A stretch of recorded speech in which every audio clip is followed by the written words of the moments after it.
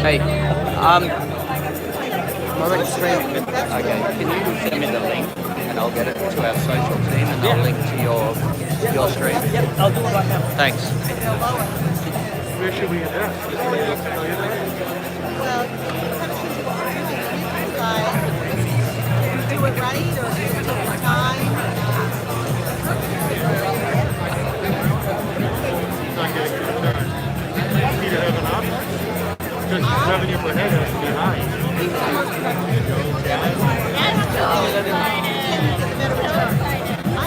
I feel like the last 8 months were coming through this like this highlight phase.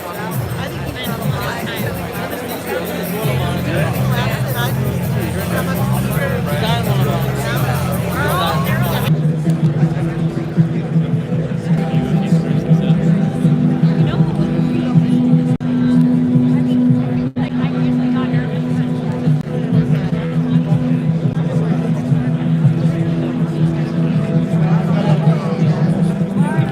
Stream will be starting soon.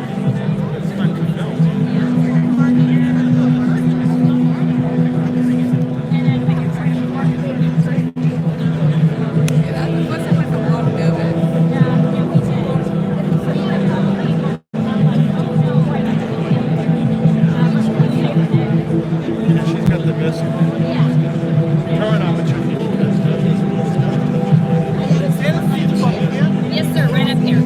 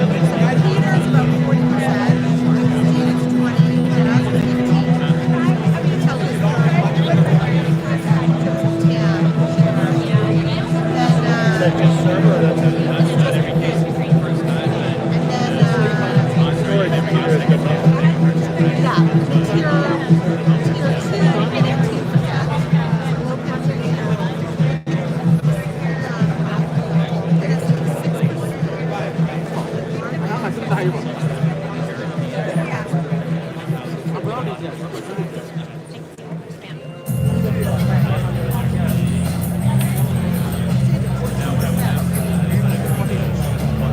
point. It's like, it really looks great.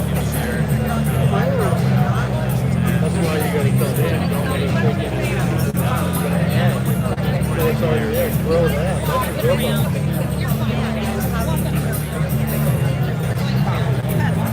I wouldn't make it. And the other problem with this model is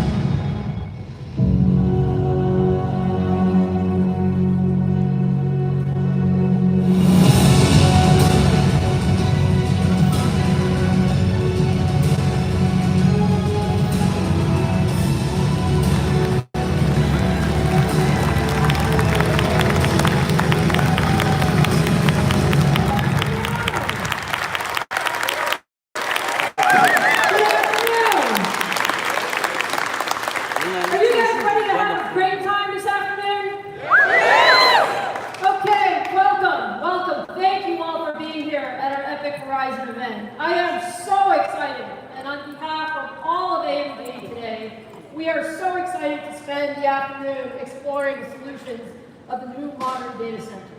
You know, many of you were actually with us a couple of years ago in 2017 when we introduced database. And we said that we are making a huge commitment to the data center, and we meant it.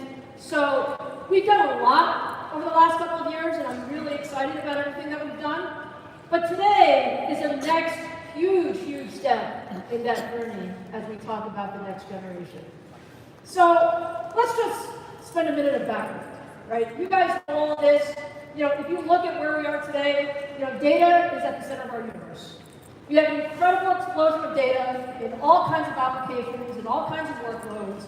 And all of this data requires more compute, more horsepower, more storage, more ability to process, more ability to take action on all of that data. And there are a tremendous number of workloads. It's not a one-size-fits-all. And as a result, you really have to have the best system out there. And whether you're talking about high-performance computing, or you're talking about cloud environments, or you're talking about machine learning, or big data, every single one of these workloads requires more compute. And every single one of these workloads requires better data centers. And that's what we're all about. That's what we're here to talk about today. So let's just take a moment and take a step back and say what's important in the data center. The truth is, if you're operating a data center today, you are under immense pressure, okay? Everybody wants more. You want more performance. You want lower total cost of ownership. You want extreme scalability. So you might build your data center today for a certain set of workloads, but frankly, 3 years from now, it might be a different set of workloads. You might have a different mix, and you need that scalability and flexibility. And then, of course, the last piece of it, and we now hear about this every single day, is security. Security is the foundation. We must offer our customers, our users, the entire ecosystem, a secure environment. And that has to be designed in from the ground up. And we've all learned that. So, if you take a look at all of this, what does it mean for us? It means that the modern data center actually requires a ton of new thinking. We've got to think differently. And frankly, that's exactly what we believed at AMD. We believed 5 years ago, when we started on this journey for the next generation data center, that you couldn't just do one thing. It's not about just the chip. It's not about just the processor. It's about how do you put all of those things together? How do you really think about it in totality? And so that required, certainly, we developed an all-new CPU and GPU architecture. We're going to talk a lot about the basic foundation. We also needed to develop very, very aggressive roadmaps. So the fact of the matter is, you can't get it all done in one generation. You can't, because we learn. Every single time we go into an environment with a customer, we learn, and we get better, and we put that into the next generation. And we think about it as a system approach, okay? We've all talked about Moore's Law. Moore's Law is not dead, but Moore's Law is changing. And what that means is that we need a different approach to our chips, a different approach to our systems, a different approach to how we put things together. And then the last point, which I want to make, which is extraordinarily important, is we completely believe in an open ecosystem. An open ecosystem allows the best of the best in the industry to come together and innovate together. And frankly, I am so happy to see so many of our ecosystem friends in the audience today, because you guys really make us better, and we make the industry better. So thank you for all of that support. Now, just a tad bit of history, just a tad. In our world, years are not long. We launched the first generation of EPYC, we called it Naples, in 2017. And it was an ambitious effort. It was an ambitious effort. It was our first server sort of generation with our new Zen architecture. We had 52+% IPC improvement. More importantly, we wanted to bring something new to the data center. So we said, let's do something different. We need more cores. We need more memory. We need more I/O. We need that to be performance leadership at every price point. And we need to ensure that total cost of ownership is better. And so we did a lot around the single socket server and how that could change the economics of the ecosystem. And that was really significant work for us over the last couple of years. And if you take a look at it, as I said, the ecosystem has been phenomenal. We are so proud of the ecosystem partners. If you take a look at the OEMs, the ODMs, the hardware partners, the software partners, all of these folks that have come together in the EPYC ecosystem, we can't be happier with how the first generation has gone. And we have over 60 platforms in market today. And that number is growing every day with new customers adopting first generation EPYC. Now, there's also a tremendous amount of excitement around the cloud environments. You're going to hear a lot about cloud, how cloud has changed the data center, has changed the way we think about a data center. And if you look at some of the largest cloud environments that are using EPYC, they include the most important ones, like Microsoft and Amazon and Tencent and Baidu and many, many others. And altogether, if you look over the last 18 months or so, we have more than 50 EPYC cloud instances available today across major hyperscalers, as well as many of the next wave cloud environments. And that number actually continues to grow every single month. The reach of EPYC is continuing to grow, whether you're talking about across instance types or across regions. There's a tremendous amount of activity going on. The value proposition is key. The value proposition is key. So what is our value proposition? Our value proposition in these cloud environments is really clear. We want to offer better performance, lower costs, more flexibility.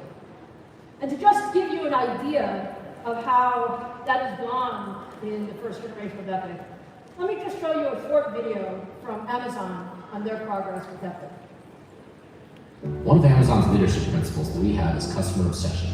We listen to the customer and innovate on their behalf. This is one of the reasons that AWS has been able to build the most reliable global cloud infrastructure with the broadest and deepest portfolio of services. Millions of customers, from enterprises to startups, are building their businesses with AWS today. As a result, more workloads, including SAP, high-performance computing, machine learning, Windows, and many more, run on AWS, more than any other cloud. But customer obsession is also why we continue to add more EC2 instances to help balance the cost and performance of our customers' workloads. Last year, with AMD, we announced our partnership to offer EPYC-based Amazon EC2 instances. These instances were initially in our general-purpose M5 and memory-optimized R5 families. One specific customer example is Expedia, a leading online travel company. Expedia adopted EPYC-based EC2 instances for many of their microservices applications. Expedia easily deployed the EPYC-based instances due to the application compatibility, familiar instance sizes, and they were able to reduce their cost by 10% in the process. We now have 5 EPYC-based instances spanning more than 15 global regions in North America, Europe, Asia Pacific, and GovCloud. Moving forward, we're excited about the next generation AMD EPYC processor. The second generation EPYC processors will be a great fit for many workloads for our customers running the cloud today, and continue to offer them compelling economics. As we build the next generation instances together, we're anxious to see how our customers will use the technology. The future is exciting, and we look forward to continued collaboration with AMD. Thanks a lot. All right, so that gives you the flavor. AWS introduced their first EC2 instances with AMD in November of last year. So it's really been phenomenal to see what we've accomplished over the last 7 to 8 months with our joint customers.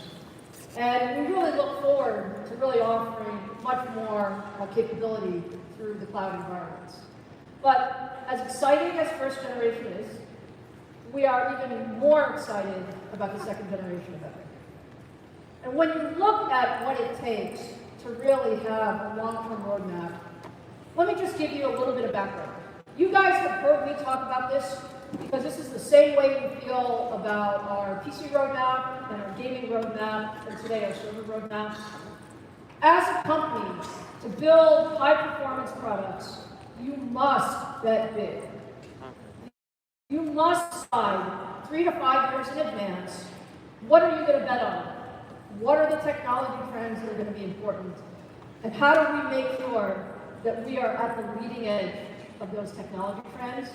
And frankly, that is nowhere bigger than it is in the server environment. So, 3 key things. A big bet on 7nm process technology.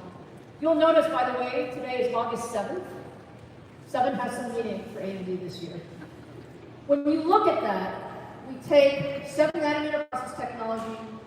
We have a very, very strong foundation in our differentiation around high-performance cores. So that's high-performance CPUs, and that's high-performance GPUs. And then we really bet on a chiplet architecture.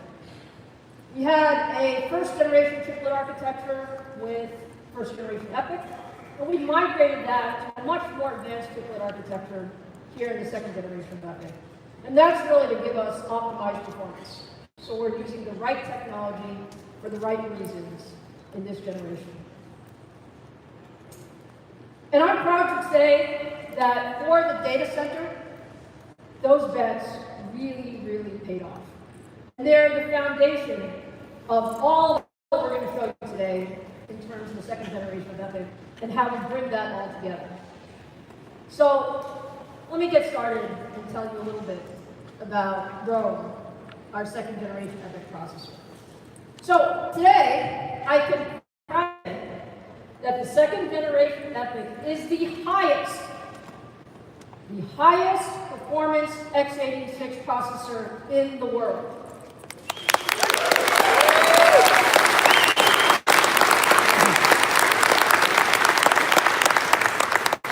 And it comes with incredible performance. And we are going to spend the next 90 minutes showing you performance benchmark after performance benchmark, workload after workload. We're going to show you 80 world records today because that's what we've built with Rome.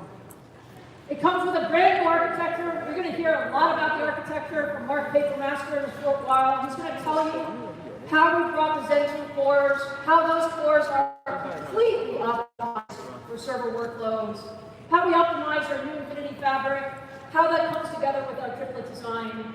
And when you put all of that together, what you're going to hear from Forrest is why it matters in the data center environment. It's all about data center total cost of ownership. Our goal is to make the data centers of today and tomorrow substantially better than they were yesterday. And what I hope you walk away with at the end of this afternoon, what I hope we prove to you, is that if you are building a data center today, if you are upgrading your data center, if you're doing anything in your data center, you should be doing it with EPYC. You should be doing it with EPYC because it is the new benchmark. It is going to be the new standard for the modern data center.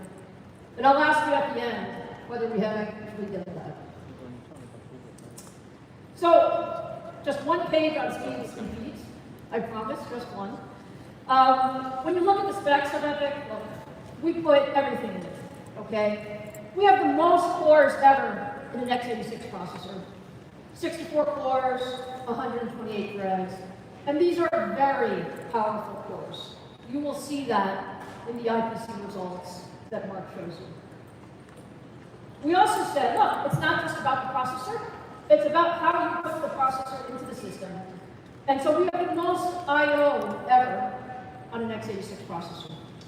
We have the ability to access 128 lanes or higher of PCI Gen 4. We are the first in the server CPU market to offer PCI Gen 4. Why is that important? Because frankly, your processor needs to connect to your storage, to your memory, to your accelerators. You need it at the highest possible bandwidth, and that's why we leaned in here, and we leaned in with our partners. And when you put that into 7nm technology, what happens is you take a given power envelope, let's call it 225 watts or so, and you're able to get tremendous density. That's how we get 64 cores.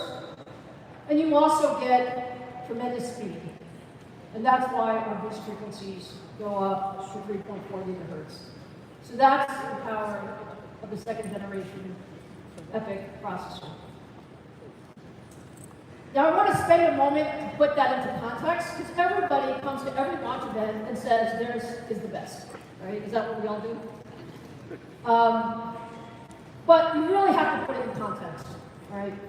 What I'm showing you here is historical data center performance. So this is second rate, a good throughput benchmark. And this is the last 5 years of the industry standard. One on this in 2015 is the Haswell processor from our competitor. And as you can see, over the last 5 years, the CAGR has been somewhere between 15 and 20%. Some years it's a little bit less, some years it's a little bit more, but it averages out to 15 to 20%. What we call this is incremental improvement. It's incremental improvement. So we said it's going to take us a few generations, but we are not going to give the data center incremental improvement. We're going to change the game in the data center. So 2017, we launched Naples. We launched the first generation of EPYC. It was a very competitive part. And if you take a look at it in terms of the number of cores, the number of threads, the number of I/O, particularly in single socket configurations, particularly in some APC workloads, it did very, very well. And we saw good performance. And we saw good adoption, as we saw in the last few minutes. But we knew we could do more. I said earlier that we learn from every single interaction. We learn every single day. And we knew that we could do better. And we continued this vision of innovation above the curve. I like to tell people we're bending the curve, or we're drawing a new curve, but that's our ambition at AMD. We don't want to stay on the industry standard curve, but that is not differentiating for us. So, here you have it. Now, when you go to the second generation of EPYC, you can see what drawing a new curve means. We have created a new industry curve. The second generation of EPYC, and we're going to show you in plenty of gory detail, increases performance by 2x compared to today's industry standard.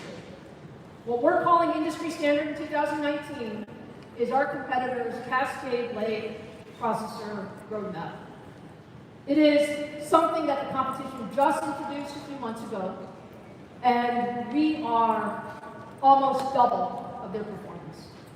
And that's what we call changing the game.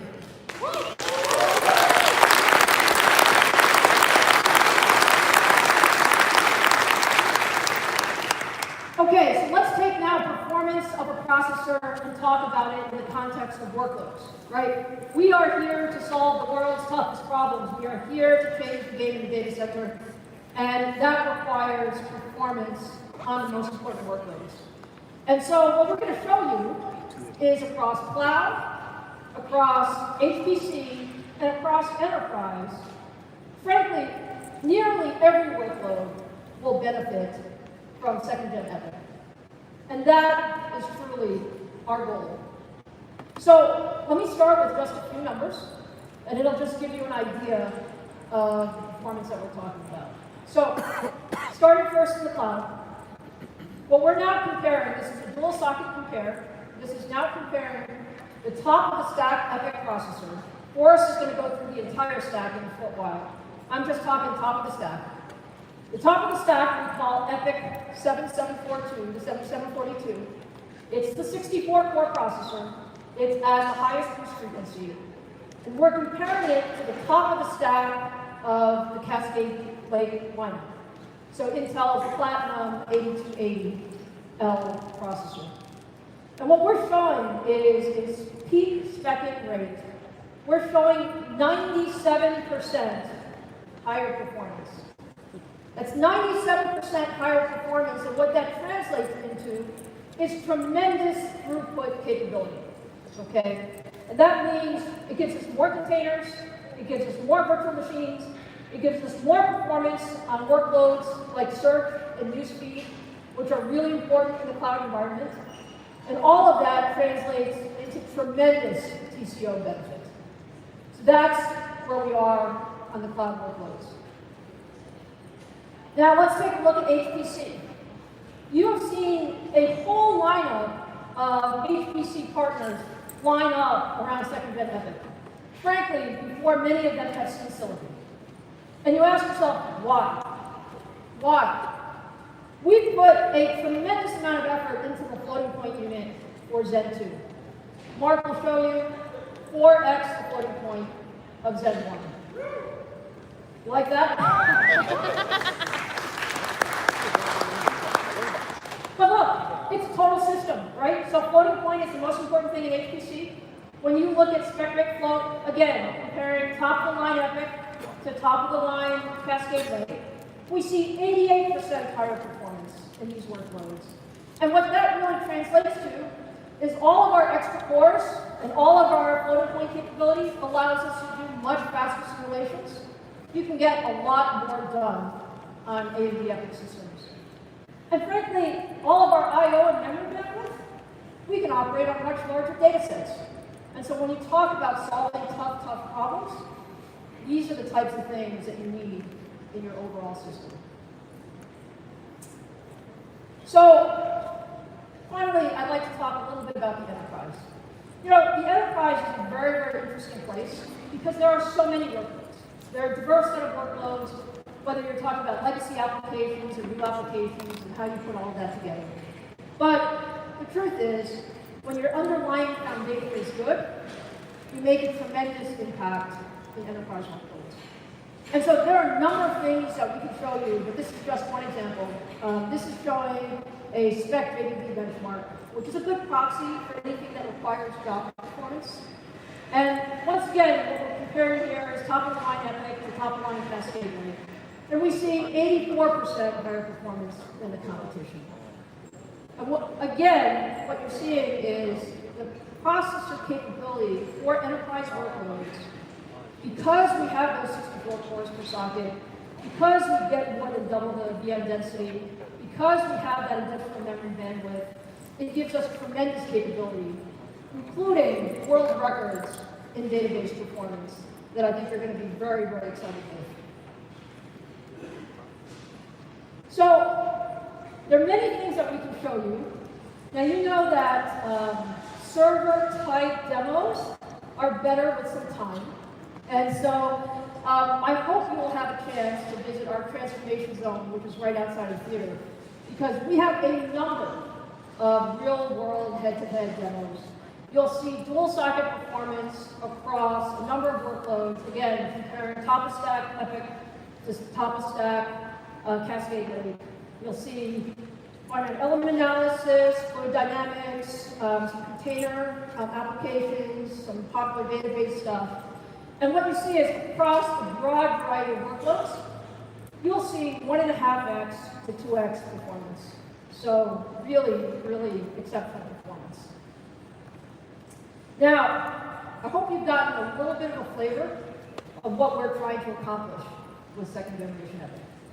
We are really here throughout the afternoon to prove it to you. And like I said, we will show you proof point after proof point of our value proposition. But when we say 1.8 to 2x the performance of our competition, we mean it. We mean it. When you take a look at how we're positioning the stack, and Forrest will go through that in a little while, what we're saying is we're going to offer you exceptional performance for a good price. And what does that mean? That means on many, many cases, we're talking about 2x performance per dollar, even going up close to 4x when you get to the top of the stack. And then when you look at all of this capability, it gives you the opportunity for lower OpEx, as well as lower CapEx. And the most important thing that we're going to come back with each time is, what does it mean for the data center operator? We are not talking about theoretical benchmarks. We're not talking about theoretical performance uplifts. We're talking about real-world applications where you see 25 to 50% improvement in total cost of ownership, just by going to second generation EPYC. So we think that's a phenomenal value proposition, and one that will keep coming as the key to our message. So now let me talk a little bit about how you deliver all this, okay? I said earlier, you can't do it alone. This is not a personal sport. The ecosystem is incredibly important. And the ecosystem is today here in full force. We believe that with our OEMs, our ODMs, our hardware partners, our software partners, that we have something truly special with second-gen EPYC. You can't accomplish the first processor with PCI Gen 4 if you're not working really closely with the ecosystem. The thing that is even better in second-gen EPYC than the first-gen is we co-develop with our partners. We co-develop in parallel, so we would have, once the silicon was ready, we would have the ecosystem ready with us also on day one. And I'm happy to report today, you're going to see a number of systems that are available today or very shortly. And we have over double the number of platforms that will be available on 2nd Gen EPYC compared to the 1st Gen EPYC. And you'll see the breadth of the platforms that we're talking about. So I'm really excited by that as well. So as we do this, I want you to hear directly from some of our customers and partners. And so with that, for our very, very first guest of the day, I would like to invite Mark Potter from HP Enterprise, who is the Chief Technology Officer, to the stage to talk about HPE. Mark?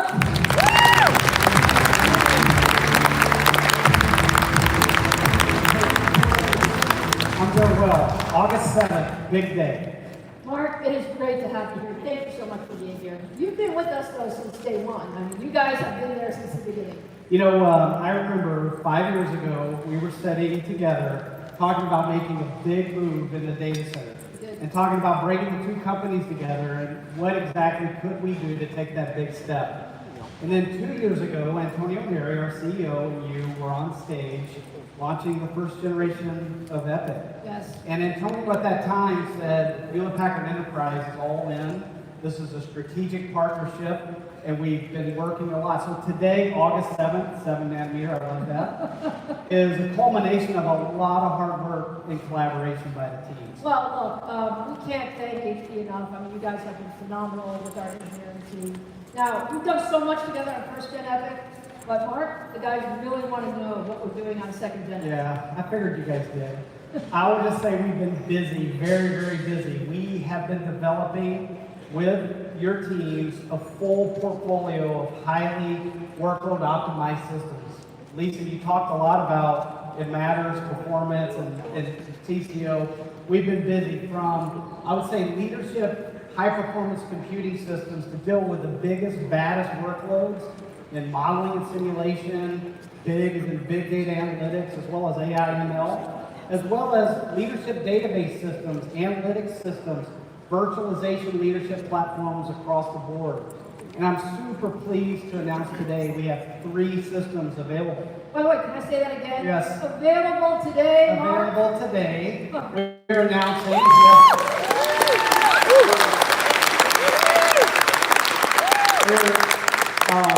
We're announcing the DL325, the DL385, and the Apollo 35, and we're just getting started on that. By this time next year, we will have 12 workload optimized systems based on EPYC 2 in our portfolio. How awesome is that?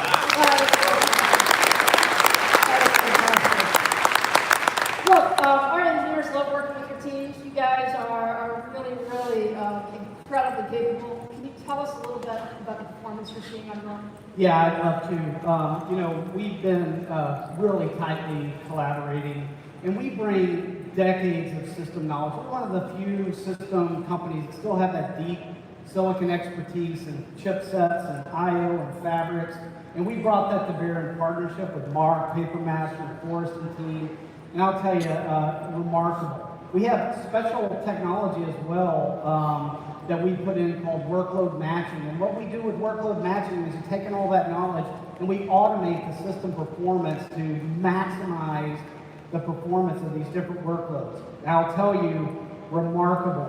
The teams together in these platforms, 37 new world records. Is that amazing?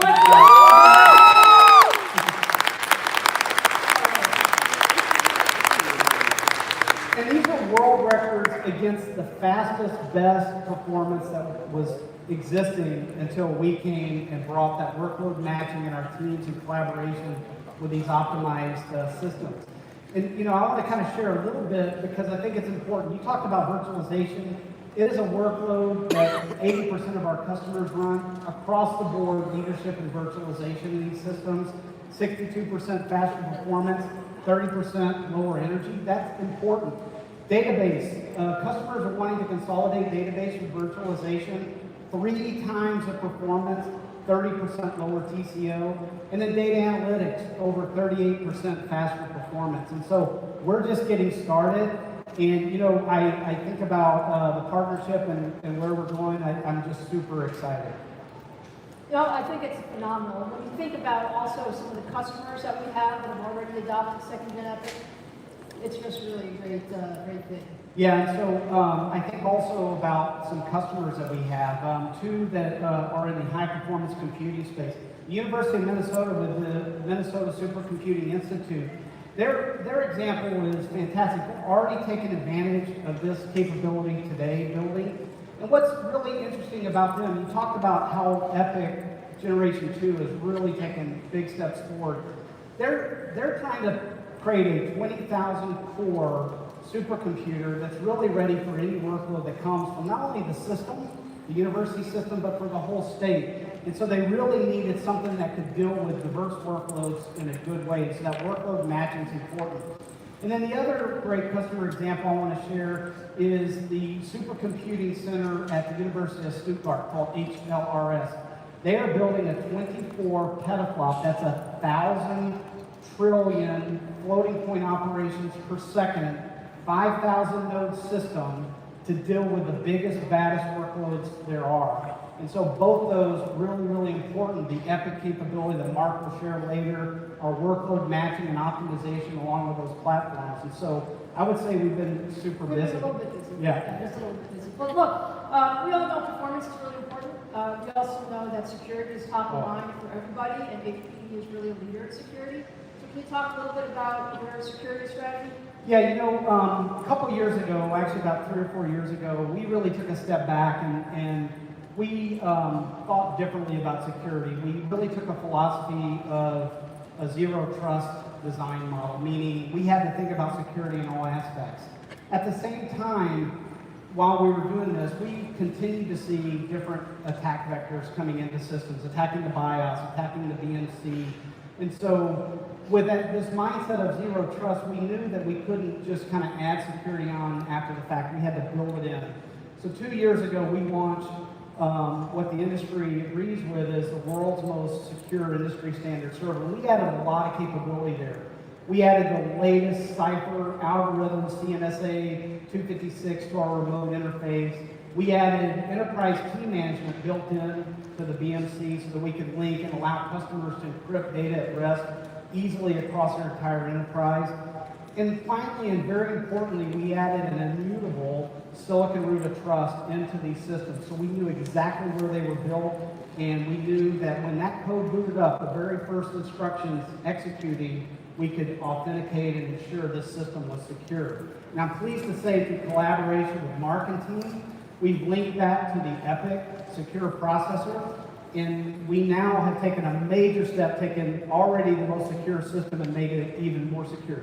Foundation is super important here, because if we can't secure the base system, it doesn't matter what the OS does later. And so, very important collaboration, and we're going to keep building on this, because we're using it to secure the supply chain, as well as we think about the distributed world we're headed to, we're going to be able to secure the workloads and the systems together in this world where we're going edge to data centers. No, look, it's absolutely fundamental. We completely agree with you, and frankly, I think all of us are just putting more resources into security.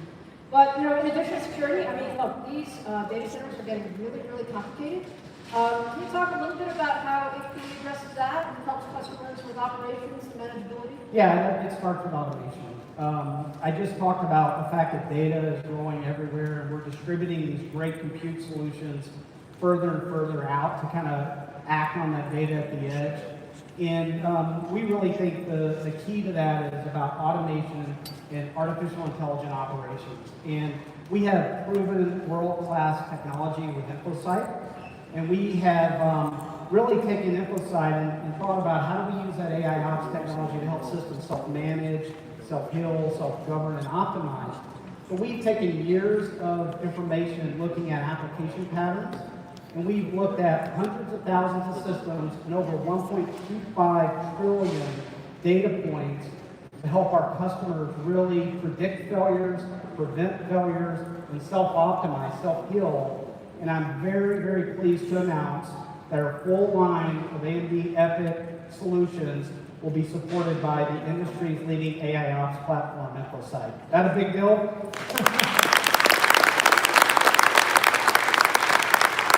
Mark, absolutely fantastic. fantastic. I love it. You know, we like technology, but you know, you and I also like to sell servers and put them in people's hands. So can you talk a little? Yeah, just a little bit of that. So can you talk a little bit about how people get access to second-gen EPYC? Yeah, well, first I want to invite all of you to visit us out in the partner zone. Come see the systems and talk to the team. They are available today. I talked about that. But I think, you know, I want to summarize. Look, we've been spending a lot of time working with you in collaboration. Not only do we have a leading portfolio of products optimized for different workloads, growing to 12, some available today, but we've surrounded that with leadership performance and embedded the world's best security, which I think is important. And we've also allowed these systems to be managed in an automated way with a world-class proven AI ops engine. But I think finally is we're delivering these systems the way our customers want. So they can order it in a traditional way through our worldwide channel partners and by a traditional method, or we're also making these available through our leading GreenLake as a service, so you can pay per use as well as kind of be able to deploy faster. And so customers using GreenLake and our pay per use as a service offering actually save close to 30% on infrastructure costs and typically can deploy a third faster than traditional. And so we're going to deliver these the way customers want, both traditionally as well as through our multi-billion-dollar GreenLake as a service offering. That is absolutely fantastic, Mark. You know, I have to say, on behalf of the entire AMD team, we are so proud and pleased with the partnership. Please thank the entire AMD team, and let's go put Rome in the hands of all of our customers as soon as possible. That's our plan. Thank you. Thank you very much.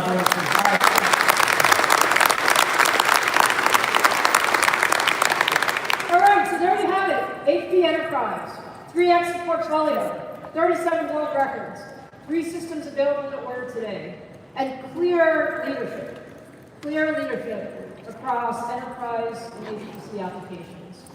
Now, let's move to the other end of the spectrum and look at the cloud environment. You know, when you look at the cloud environment, there's been just incredible growth over the last few years, and we know we're part of it. Frankly, we're part of how we use the cloud environment. And these environments have incredibly demanding workloads, and they really stress the hardware and stress the system overall. And so when you think about it, the cloud guys are often the first to adopt great technology. So for my next guest, I'd like to welcome Jen Fraser from Twitter to the stage to talk about their environment. Jen?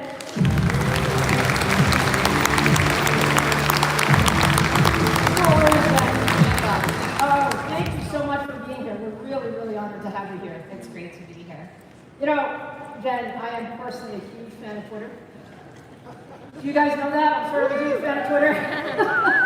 And I'm just amazed at how much traffic goes through Twitter on a daily basis. You know, you must have an incredibly tough job with your hardware infrastructure. Can you talk a little bit about what goes on in Twitter's data centers? Yes, absolutely. So our data centers actually process hundreds of millions of tweets on a daily basis. And those tweets actually generate trillions of instances that our platform has to manage. We focus on performance and user experience, and that requires us to update the underlying technologies. We're also really intent on power efficiency, which is not only good for our business, it's also good for the public conversation that we serve. That's why we're so excited about the EPYC processes. Well, look, I have tremendous respect for everything that you're doing at Twitter. Frankly, if it's down for a second, people notice. But, you know, look, I talked earlier about just the tremendous pressure that data centers are under, right? You're trying to satisfy so many people with so many demands. Can you talk a little bit about how Twitter's scaling up for all of the new demands in the data center? Absolutely. So Twitter's data centers this is where Rome actually is like hitting that sweet spot for Twitter's data centers. The performance that we're seeing on the Rome processors are actually reducing the amount of power consumed per core, which is allowing us to scale within our existing data centers. Can you show us a little bit of what that looks like? Yes. Once you're running at scale, you really start to focus on maximizing the amount of work that you can get done in each rack footprint. If we can run more jobs in the same amount of space and power, that means significant operational savings. With Rome's ability to give us 64 cores and 180 watts of power, we're able to put 40% more cores in each rack. No, and your environment is, very constrained. Same power envelope, same cooling. What does that mean in terms of total cost of ownership when you see Rome in the Twitter environment? So that's where we're really excited. With Rome, we're able to get a 25% reduction in the TCO, or total cost of ownership. And we're getting this by seeing an increased number of cores in the same footprint, which is reducing power while using the same amount of cooling in the data centers. So we're actually growing within the same envelopes. No, it's really exciting. And can you tell us just a hint about when Rome will be in production? It will be in production into Twitter's data centers in 2019, and we are so excited about it. Is that exciting or what, guys?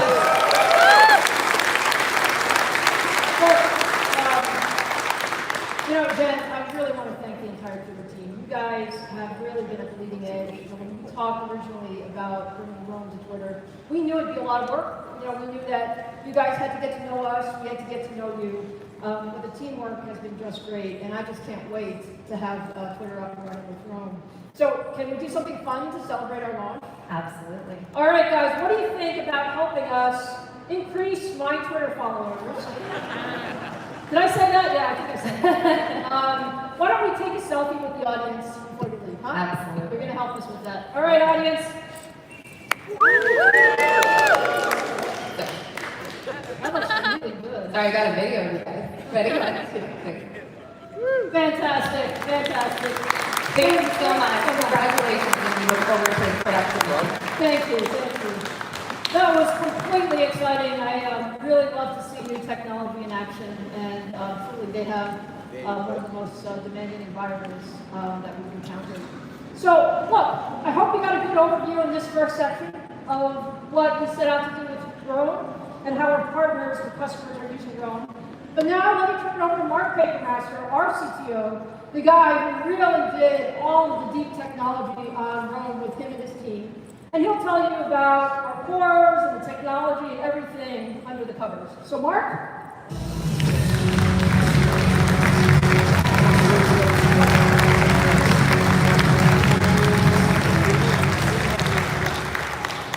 Well, I just got to say, it's such a fantastic day for us here at AMD, because this is a milestone. We've been working for years, driving back to high performance, and here we are today in a leadership position. 80 world records announced today. Simply fantastic, and thank you for being with us here today.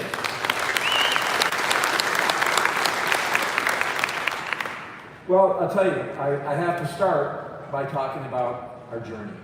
Because, we were, from the get-go, as we launched our focused effort at AMD about getting back to high performance, and that's what Zen was all about. It was about that 52% generational IPC leap as we launched Zen.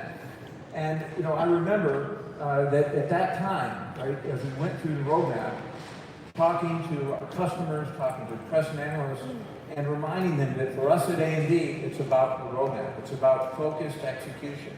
And so I couldn't be more pleased as we roll out Zen 2 in 7 nanometer as planned. And of course, I have our Zen 3 design on track, because it's about the trajectory that we're on. We called our play, our roadmap is stable, and we are executing. And that's what our customers need from us. That's what we're providing at AMD. And it's a trajectory that clearly has AMD back in addressing the most demanding applications in the data center for today and in the future. Moreover, we're accomplishing our goal we set out to do, and that's to be a fully bankable supplier for x86 high performance in the industry. And, we don't get there without taking some pretty big bets. And that's exactly what we did. You look at what it takes to get to that leadership position, what it takes to get to those world records.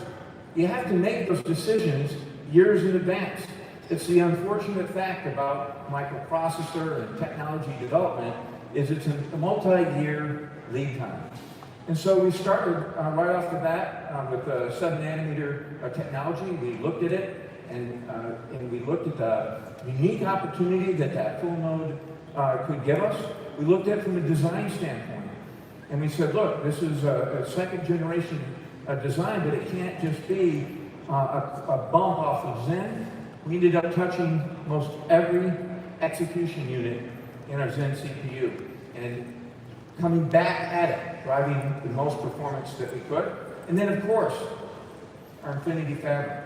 Because as you move forward in driving performance, you've got to keep that interconnectivity and that controllability to equally scale with the design elements. And of course, security is foundational. So with Zen 2 and our product family, we further strengthen our security posture. And that's what we'll spend a few minutes with, going through some detail associated with our big bets and the results. What do they deliver to our end customers? So we started with that 7 nanometer. It was a tough lift. 7 nanometer is a very challenging node. We were in 14 nanometer, 50 some odd masking levels and creating a 14 nanometer chip that jumped by over 50% in terms of the levels, and the resistivity changed and the patterning, and it created a challenge that couldn't be done without an incredible cooperation from design, the foundry, and the CAD and the EDA industry. And that's exactly what we did. We took on that challenge.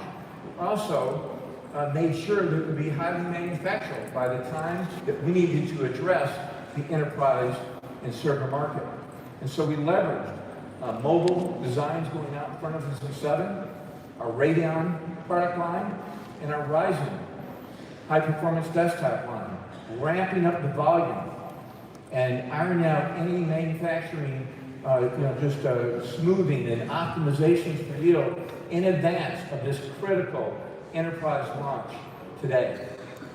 So, the next thing, the decision that we had to make some years back, was how to take advantage, how to best take advantage of 7 nanometer. Because you could say, look, I'm going to leverage this technology to get, really half the power. It has tremendous energy efficiency. So you can take really half the power at the same performance. But it's not what server customers need. A server is power constrained. And so what you want is the most computing that you can deliver at the power that you provisioned for that rack. And so it was obvious to us. Take advantage of the density that 7 nanometer provided to double that cores in roughly the same power envelope which we had delivered in the previous EPYC generation. And so, that is really where 7 nanometer delivers. So it's right smack in the heart of what server customers need. More performance per rack in the data center. And of course, as I said, design. So if you look at the industry norm, IPC, instruction per clock, increases about 5% every year. So a normal trajectory would be about a 10% generational increase going from Zen 1 to Zen 2. But we achieved 15%. So it was really a great job by the design team. But I think it's really instructional to actually look under the covers a little bit about IPC. And when you do that, you can see, any metric, spec CPU, spec int, is a very, very common proxy. It's representative of such a broad range of workloads. And you see those elements, those components, a spec CPU along the x-axis. And you see that there's a whole range. And that's how that 15% IPC is calculated. But what's further instructional is to not look at that single thread IPC uplift alone, but look at per thread IPC in the way that servers run. Servers take advantage of the cores that you provide them. Most workloads. Single thread performance always matters. You have a lot of legacy workloads out there, but emerging workloads take full advantage of the cores that you provision per rack. And when you look at that per thread IPC uplift, looking across spec CPU as well as some additional server well-known benchmarks that we show, what you see that the mean increase is actually 23%. And in fact, certain workloads achieved an over 40% gain generation. So first generation EPYC to second generation EPYC, looking at the same 32 core in the socket, ISO, same frequency, same memory configuration. That's impressive. And that really speaks, when you look at that proxy, is that there's a tremendous amount of design work that allowed that doubling of cores, yet to bring that same IPC, in fact, grow the IPC significantly from generation to generation. And, you know, it's no secret. So how do you get that kind of improvement? It's really hard, focused, microprocessor, microarchitectural engineering that delivers performance. You can't hand-wave when it comes to server workloads. And so, you know, it starts with the front end, right? From the front end standpoint, there's a brand new branch prediction approach. It's called TAGE. It's a state-of-the-art branch prediction, higher accuracy. We doubled the op cache in Zen 2 from the previous generation. We doubled the set associativity in the L1 iCache. And so when you put this all together, our prediction, our fetch, our decode capabilities with these enhancements as well as others brought a tremendous more efficiency to our front end. And then the integer units, where we widened, we actually increased our issue width. We went from 6 to 7 on our issue width. And we also added a third address generation unit, and we deepened our scheduling window. We added more registers. We increased the size of the order buffer. So again, this isn't magic in microprocessor engineering. This is how you bring more performance and more instruction per clock. And then the floating point.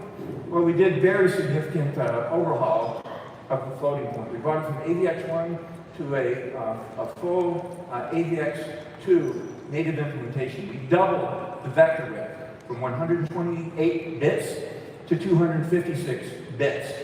And in doubling the width of the vector, that only yields actual performance if you double how you feed it. And that's exactly what we did. We doubled the load store bandwidth into the floating point engines. And, you know, this is key. Look at fluid dynamics, so weather modeling, molecular dynamics. All of these type of HPC kind of workloads really rely on this type of efficient vector calculation. A great example is DGEM, double precision matrix math, very, very common. And when you look at that DGEM performance on EPYC, we doubled just on a per core basis with those changes made to the core. We doubled the performance per core.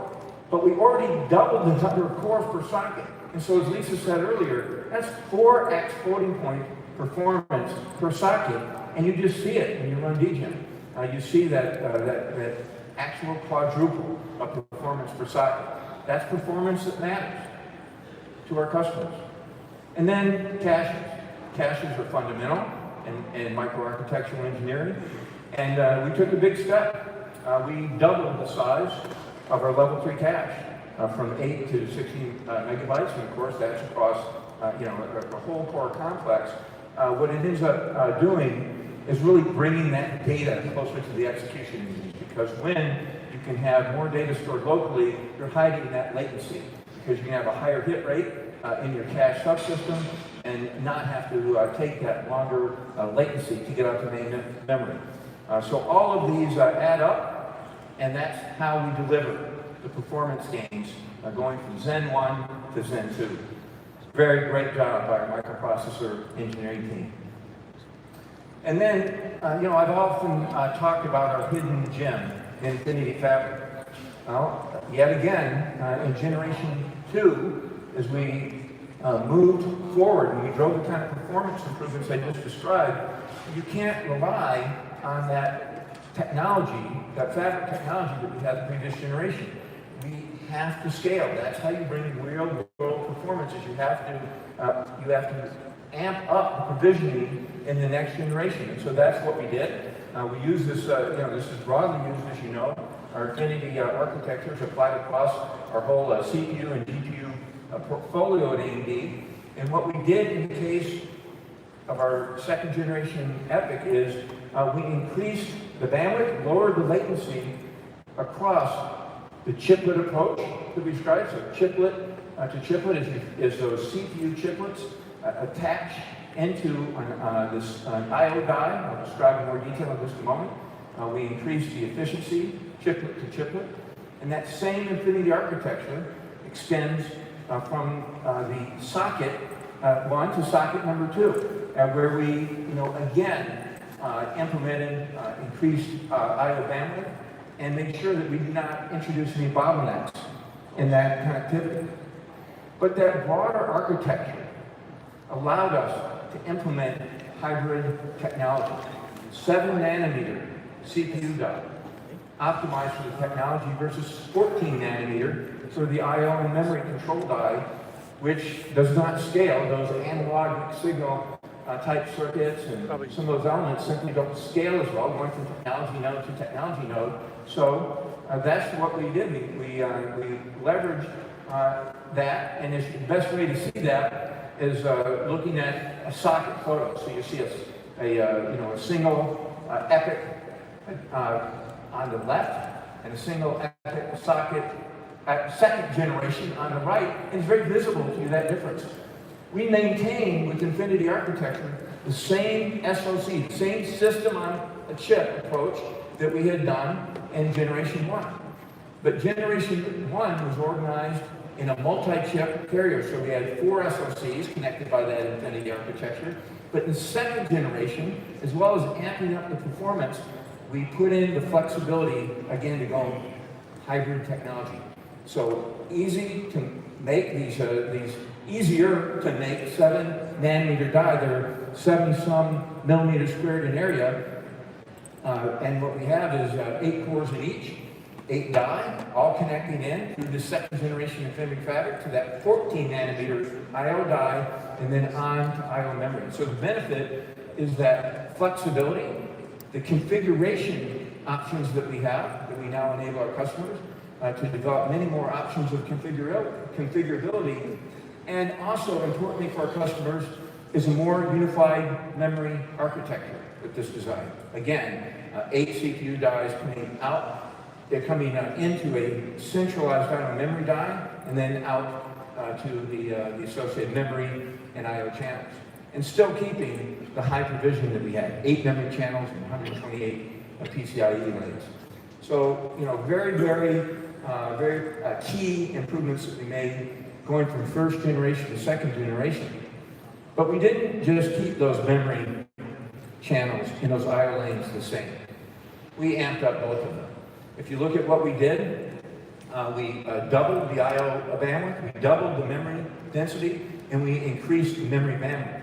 In fact, the speeds and memories went up to 3,200 megahertz. When you take that across all 8 channels that we feed, what you end up with is an industry-leading 204 gigabyte of memory bandwidth. Industry-leading memory bandwidth. And what we did from a standpoint of configurability is we actually decoupled that memory frequency from I/O, so we have many more options that we have of how many memory channels are deployed, and again, the ultimate SKUs so that that our customers can offer, leveraging second generation EPYC. And PCI Gen 4, it provides leadership. As I said, it's a doubling. And so for the x86 market, being able to go from 8 gigatransfers per second on those lanes to 16 gigatransfers per second with PCIe Gen 4, it matters. It matters in application performance. And I've got a couple of examples that are pretty straightforward. You look at where that PCIe Gen 4 makes a ready difference. 2x the read-write bandwidth, and it scales linearly as you add non-volatile memory.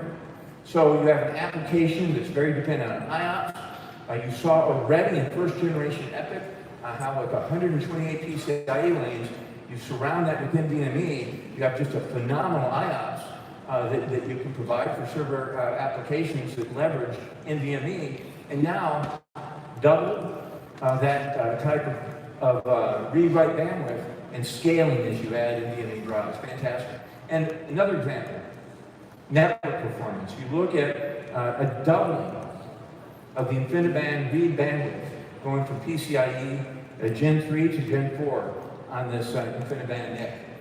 So again, this is, and I haven't even gone yet to, of course, accelerators. Right? You take PCIe Gen 4 to GPUs or Radeon GPUs, into other industry accelerators, and you're going to reap that same benefit. So put it all together. Infinity architecture provides scalability. And I show an example first with the left side with spec int rate, and on the right side with spec JDB. And you see a near perfect scalability. And that's really hard to do in a fully coherent, symmetric multiprocessor. And it takes the type of changes I described. We doubled the L3 cache, as I said. We improved the memory bandwidth, the prefetching. We have a very sophisticated coherency mechanism that we added with second generation Zen. And we improved the socket to memory latency. All of those things added up and were necessary. And when you look at that, across one socket, can we in fact do that across two sockets? And the answer is yes, because we improved the fabric frequency socket to socket. We improved the memory frequencies, we improved the cross-socket bandwidth, and we added efficiency improvements. And that enabled us not only to scale within socket, but socket to socket across our 2P configurations. So near perfect scalability, the second generation EPYC. All right. Well, I'll tell you, it's very fun. I could pretty much go on forever sharing on behalf of our engineers at AMD what we've done from an engineering standpoint on the design. But I think it's a lot better to hear from customers. And I'd like to start with hearing from a great partner of AMD, whose company Dell EMC is doing extremely well in the market. And I am extremely pleased to introduce Robert Hormoz, who is Vice President, Fellow, and CTO of the Server and Infrastructure and Systems for Dell EMC. Robert, could you please join me?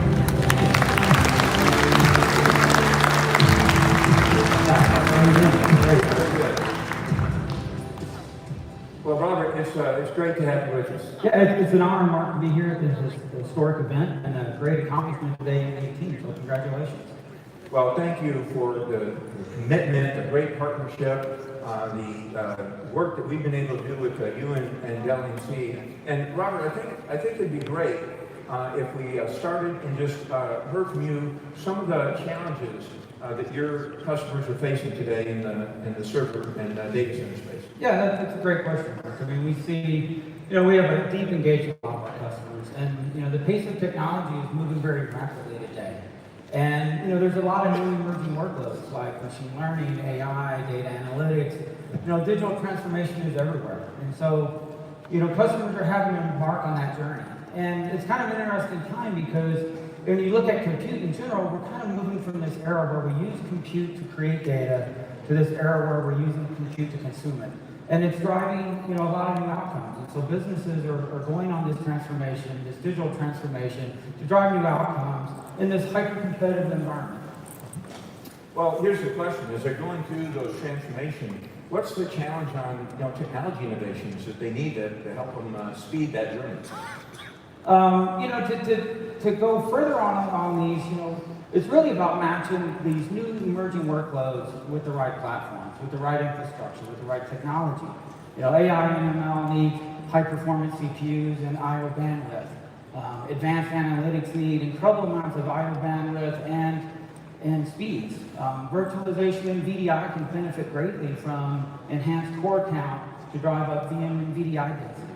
And so those are all keys that are all innovation areas that I think we need to improve on to enhance the architectures for our customers. And one of the things that I think what to expect in the future is you're going to see more and more adoption of these rich, powerful one-socket systems in the future. Well, I'd like to hear more about that. And of course, I have a little bias here, so I'd love to hear from you how you've been able to leverage AMD EPYC is a way to attack bringing some of those innovations to market. Yeah, so with AMD EPYC, it's enabled us to really focus on some real fundamentals. Around enhancing our platforms, optimizing for unique things, and to take advantage of all those new capabilities that you bring. So, we look at it from what AMD is bringing today in terms of, architecture improvements, performance and security, and apply them to the Dell EMC PowerEdge portfolio. And so, with what you've done with multi-chip architecture, the 64 cores, to getting to twice the I/O bandwidth, to getting up to 128 or 160 lanes of I/O, we can really enhance a lot of our unique platforms in our portfolio. And just if you just tell us a little bit more about that in terms of the PowerEdge itself. I mean, is there, what have you found is really going to have to help you in your portfolio? Yeah, so we've been, we have a great first generation EPYC portfolio that we launched with you a while back, and so we continue to engage with our customers deeply and make sure that we enhance and take advantage of all the unique capabilities that you bring. And so, for example, two of the first generation platforms that we brought to market were rich one-socket configurations that were really disruptive and first in their class and a new disruptive TCO for the market. Well, that's great. I've read your blog. You've been prolific in sharing with us in the industry on some of your thoughts there and how you've deployed that in PowerEdge. Of course, then I have to ask you, we're excited to have you with today. What can you share with us on what's coming from Dell EMC in the future? So what we're going to continue to do is optimize and listen to our customers. Look at these new emerging workloads. Look at how we can take advantage of your unique architectures, how we can optimize our platforms to take advantage of that. So we'll be expanding our AMD server portfolio in this fall. And we'll be continuing to enhance that around the workload optimized that are best fit for our customers. Well, that's fantastic. I cannot wait to see the new PowerEdge servers coming out this fall. Robert, thank you so much. Hey, thank you, Mark. Enjoy it.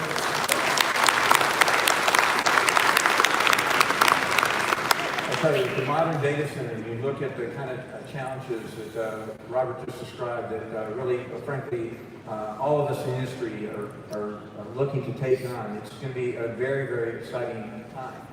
But one thing's for certain, and that is where we all, of course, have to stay focused on is security.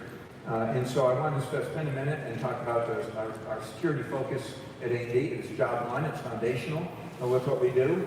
And you look at our designs, they've been very resilient. We had put out robust software mitigations when the Spectre version 2 exploit had come out. But what you'll find is that since then there have been a number of other exploits, and in fact, most of them had not been applicable to our microarchitecture in Zen. So what have we done? Actually, I want to comment, there was a SWAT-GS exploit even that was came out yesterday, and there's 3 components of it. 2, again, are not applicable to microarchitecture, and the 3rd component is already handled by a patch that came out from Microsoft. So we stay focused, and I'll tell you what we've done in Zen 2 is, again, hardened further. So we looked at the learning from Spectre. We hardened where we did for Spectre V2 and V4, where we had applied workarounds with our software partners or with our microcode. We hardened those in the Zen 2 implementation. So we've taken a strong security, we've made it stronger, and we continue to stay incredibly focused on security going forward. In fact, in addition to hardening those features, you heard mention from our key customer earlier about the EPYC secure processor. So we have a processor within a processor on our AMD chips that do establish that root of trust. It's an isolated processor, security processor, so that continues. We have the SME, where you can take our memory and on the fly encrypt as you go through the memory controller with negligible performance. So SME is a key feature of our 2nd gen EPYC. And then SEV, our ability to encrypt partitions and really take advantage in virtualized computing. So virtualization is so dominant in our field today, and we have support for 15 unique cryptographic keys in our previous generation. Now that is now 509 unique cryptographic keys that can be supported with SEV2 in second generation EPYC. So we're very excited about this, and I think it's going to really expand our offerings and our product adoption of these key security features that we offer on the EPYC platform.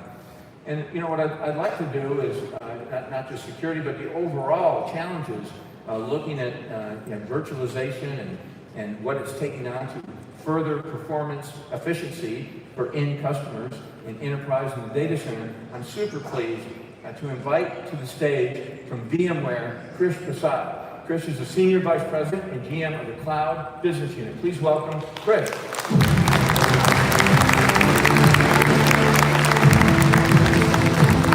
Thank you very much. Thank you, Krish. Congratulations. Good afternoon, everybody. Well, really appreciate you joining us today. And probably to get started, it'd be great to hear on some of the challenges that VMware is focused on to really help our IT industry. Yeah, it's exactly what Lisa was talking about in the beginning. If you look at our customers, they are in the midst of their digital transformation journey. And as part of that journey, an enormous number of apps are getting developed. And analysts say that in the next 5 years, you will have more apps developed than in the last 40 years. That's the pace of innovation that we are seeing out there. And Mark, as you well know, these apps are different than the traditional apps. They are data-driven, a lot of analytics built in, and in many cases, it is machine learning-driven. And one other difference that we see today is that these apps are deployed across a distributed compute fabric, whether it's in the customer's own data centers or in the public clouds, sometimes in the telco clouds and even to the edge. And VMware's focus has been to provide our customers with a cloud foundation that they can use to run any application on any cloud and access those applications on any device. And you well know that we have a partnership with AWS, and which is the VMware Cloud on AWS. And recently we announced partnerships with Microsoft as well as Google Cloud, where our solutions are being run. And so the VMware Foundation running on all these clouds give our customers consistent infrastructure, which will simplify their operations and provide them with good performance and security. Well, Krish, I've been very impressed with that versatility of the VMware platform. And it's very clear with the adoption level, the momentum that you all have established. And talking about momentum, I feel very proud of what our teams have been able to establish. We've had a deep working relationship over the last 5 years, and I'd love to hear your thoughts on what's come out of some of this collaboration. Yeah, we have had a long history of collaboration between the two companies much before I joined VMware. Our focus has always been, let's maximize the performance and scalability of the enterprise workloads. And that's the same focus that we put on as we embarked on supporting the second generation EPYC processor on vSphere. And as you say, you heard a tremendous number of performance numbers and world records today, and many of them running on vSphere. And so all the work that our teams collaborated on is paying huge dividends, and we are actually setting a new bar for performance in the industry working together. Well, that's great, and performance is key. Optimizing performance is fundamental for end customers, but as I mentioned a moment ago, obviously security is very important, and we've increased the flexibility and the number of options around from an AMD platform with secure encrypted virtualization.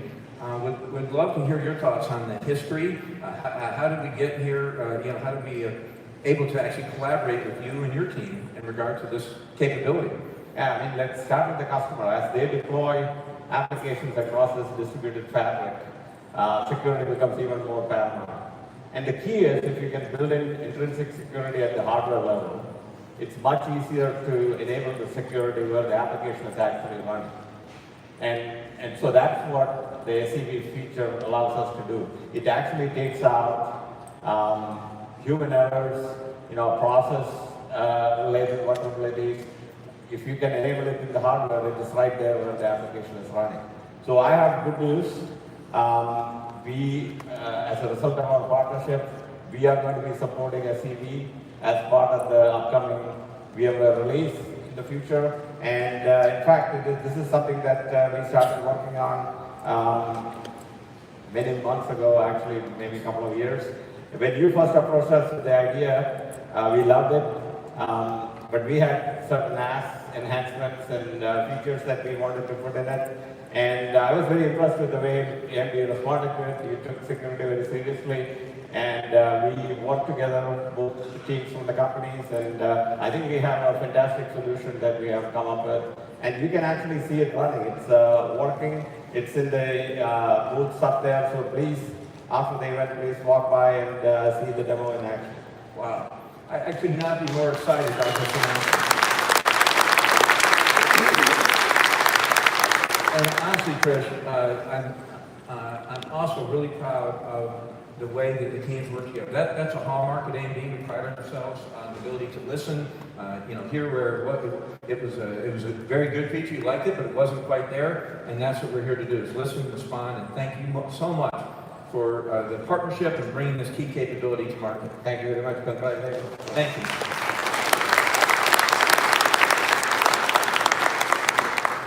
All right. Well, I'll tell you, I want to wrap by talking about momentum, high performance momentum, because this is what it's about. Again, we're a technology company. We're here to bring performance to the market, to help customers solve the toughest and the most demanding problems that are out there. And we look at Zen 2, it's what we do best at AMD. It's innovation to deliver more performance and value, and to really help our customers in terms of solving what they need, right? Delivering that value to the end customer. We saw the opportunity of 7 nanometer. We took advantage of it, right? We brought more performance, more cores in that same rough power envelope, leveraging that technology. We drove more instruction per clock. We drove up the design capability. We took advantage of the modularity and the scalability and the enhanced security of Infinity architecture.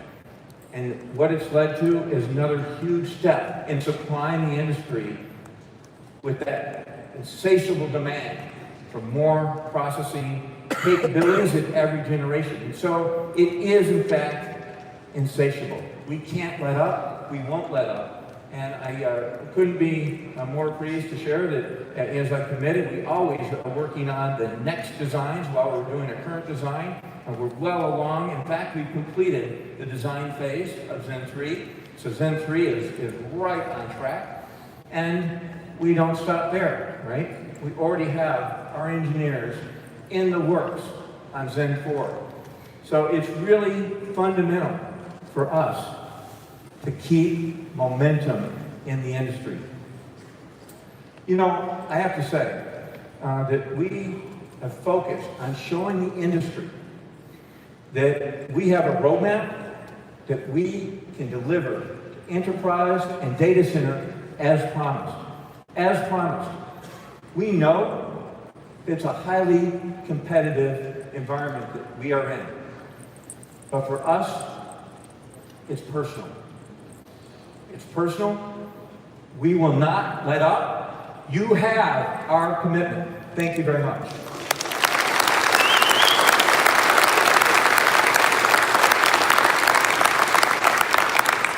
And with that, I am very excited that we hear about how this technology translates into our system implementations from my colleague and my EPYC partner, Forrest Norrod. Please welcome Forrest. Thank you, Mark.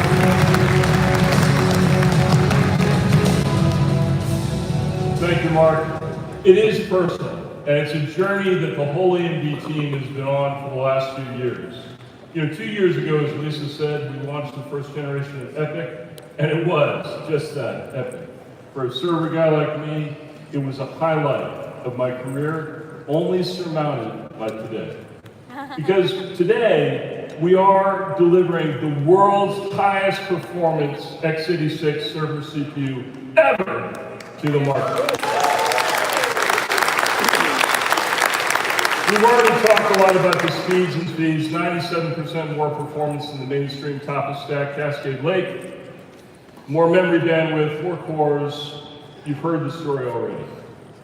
32 billion transistors in the EPYC second-generation processor are delivering an incredible amount of performance and enabling an incredible disruptive TCO to come to market, offering scalability that the industry desperately needs. And that can be delivered in a couple of different ways. When we first launched EPYC, we began really promoting the concept of an optimized, no-compromise one-socket server system, where the artificial constraints placed upon the system, perhaps in the desire to always sell 2 CPUs, were broken, and where customers could choose the right system, the right performance for their problem. We're continuing that journey today with an even more exceptional single-socket offering that offers ultimate in TCO. But we're also delivering the ultimate in performance with the 2-socket EPYC system.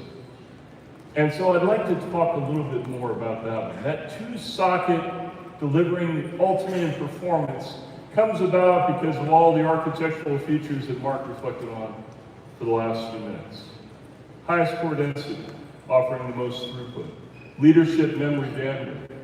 Standing in front of that memory in a 2-socket system, over half a gigabyte of cache, for crying out loud, which is truly opening up and unlocking the performance of that core complex. And of course, doubling the system throughput means that you can feed the beast, that you can get your data in and out from the networking and storage devices, delivering truly unmatched performance. And let's look in more detail about what that looks like across the stack. If you take a look and you compare the mainstream Cascade Lake processors from our competitor, great set of processors, EPYC matches up very, very well. So against the bronze, the 8-core bottom of the stack EPYC processors offer tremendously higher performance than the bronze scalable Xeon SKUs. But if you need more performance, you can jump up with the 32-core EPYC parts and cover the entire performance range of the Cascade Lake scalable Xeon systems, up to the top of the Platinum 8280 range. And that's fantastic, but that's not where it stops. Because with EPYC, as Lisa already told you, you can go beyond that. You can go to 48 cores and offer yet more performance, or you can go all the way to the ultimate. The 64-core EPYC 7742 offers double the performance of the top-of-stack Intel Cascade.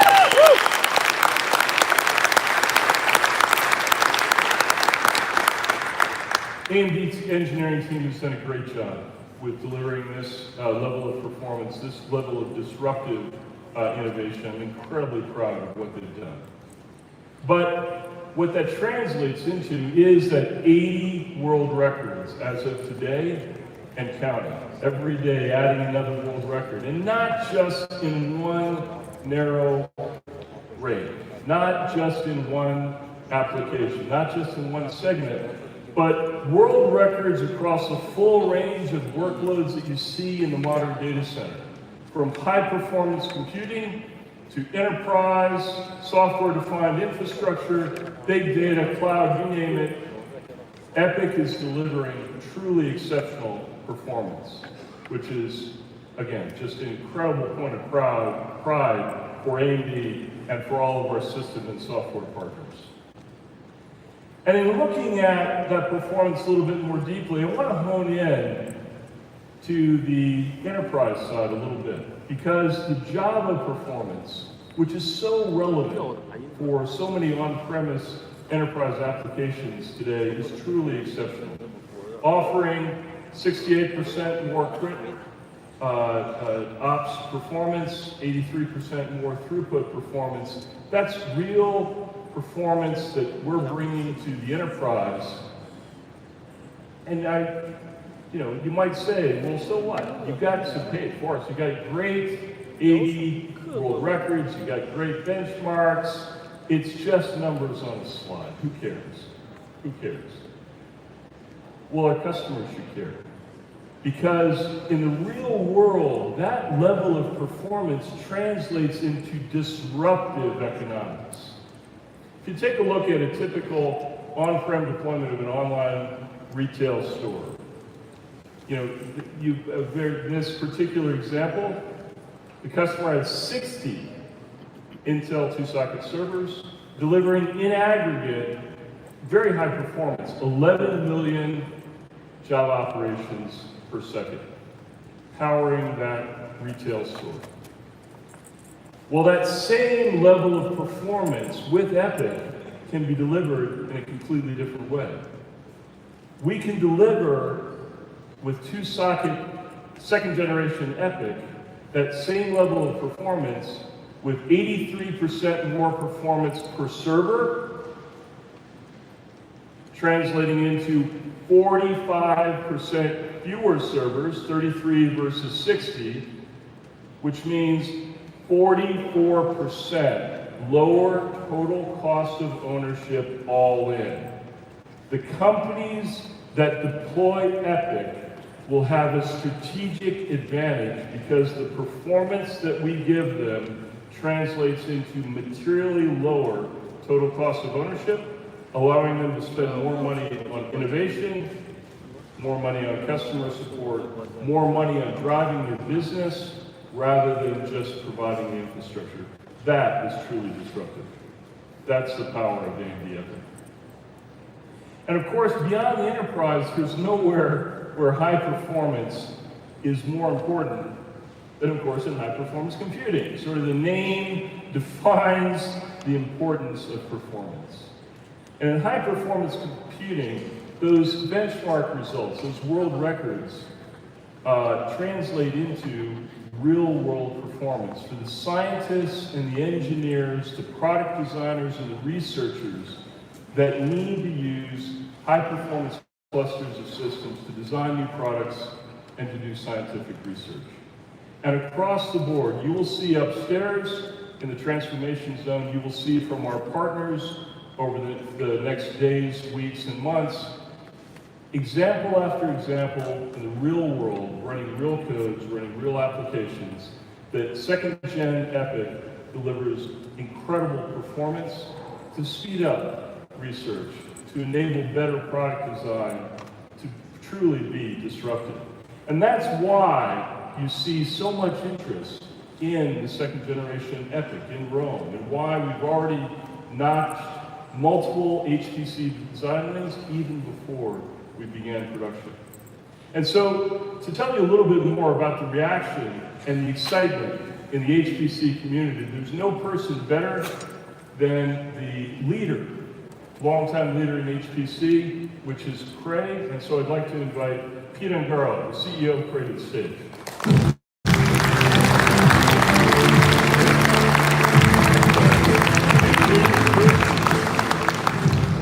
Pete, thanks very much for coming. We really appreciate you being here. And more importantly, we really appreciate the partnership that we've had between AMD and Cray for many years, and most notably in the last few years. Yeah, absolutely. Thanks, Mark. Fantastic. Now, Pete, I know that Cray sees the landscape in the traditional HPC market really changing and the applicability really going beyond. Can you tell us a little bit more about that? Yeah, absolutely. You know, at Cray, what we see coming is a whole new era of computing. An era being driven by macro trends like digital transformation and the explosion of data that's swamping almost everybody's data center today. And a cloud-enabled open source software ecosystem that's really accelerating the pace of change. And so as we talk with our customers, as I know you guys do too, it's really about the questions that they're trying to ask are changing, and the workloads are changing, and the whole industry is changing, and it's time for the data center infrastructure to start to change. Could not agree. Time for change. Could not agree with you more. That's a big reason that we created EPYC. Yeah. So, how are you approaching this opportunity? How are you realizing that change? Well, about 5 years ago, we started a process and really a journey at Cray to really start to rethink the data center and to really rethink about how we're going to build and architect a machine for the future.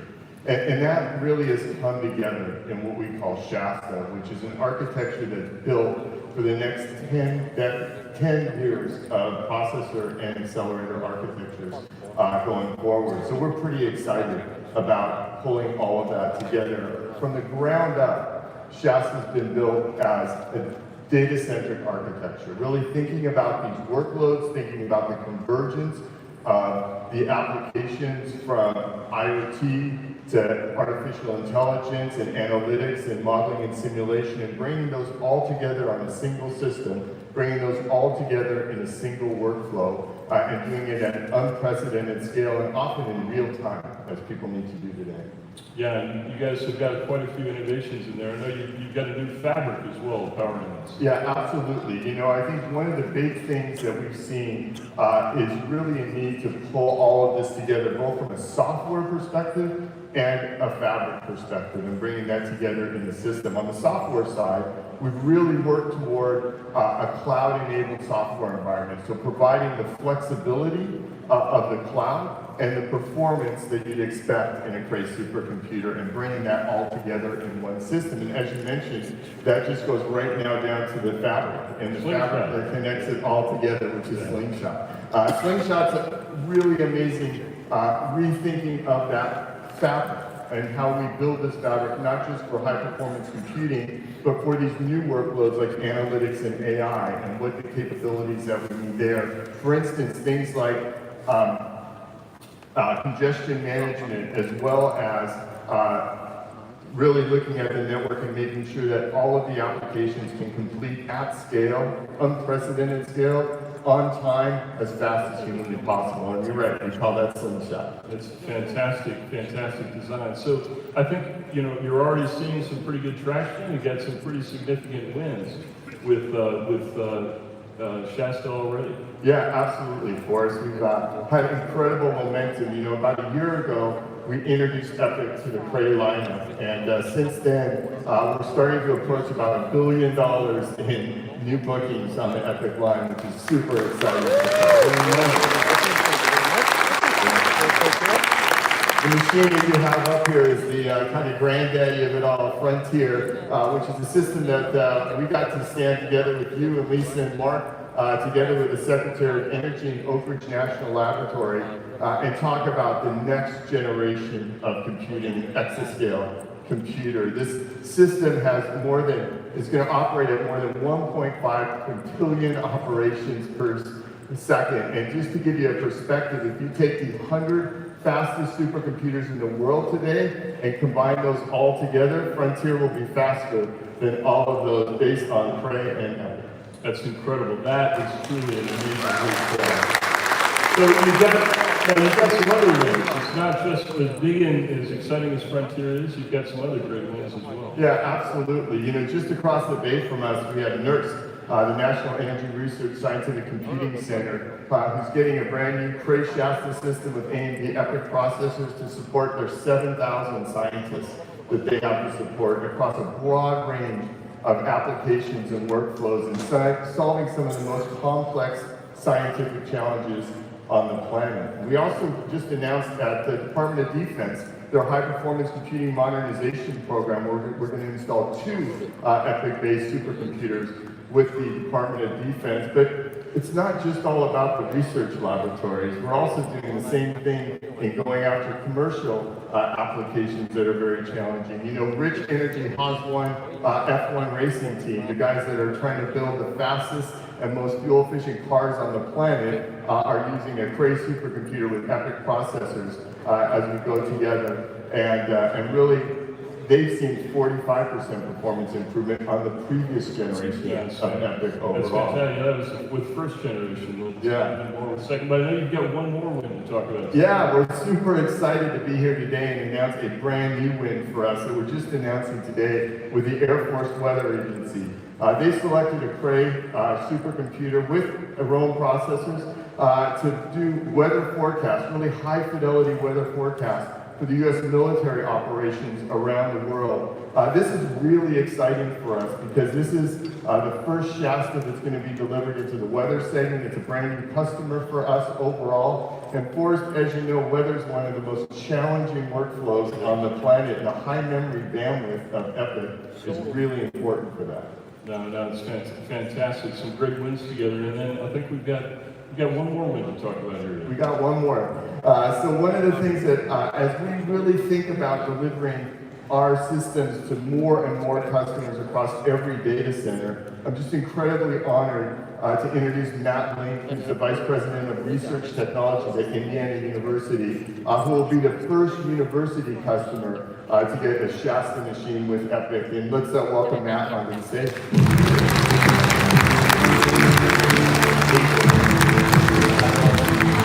And Matt, thanks for coming. It's really appreciate you being here today. Thanks for having me, and thanks for you guys taking a little slice of your life to spend with me in Indiana University today.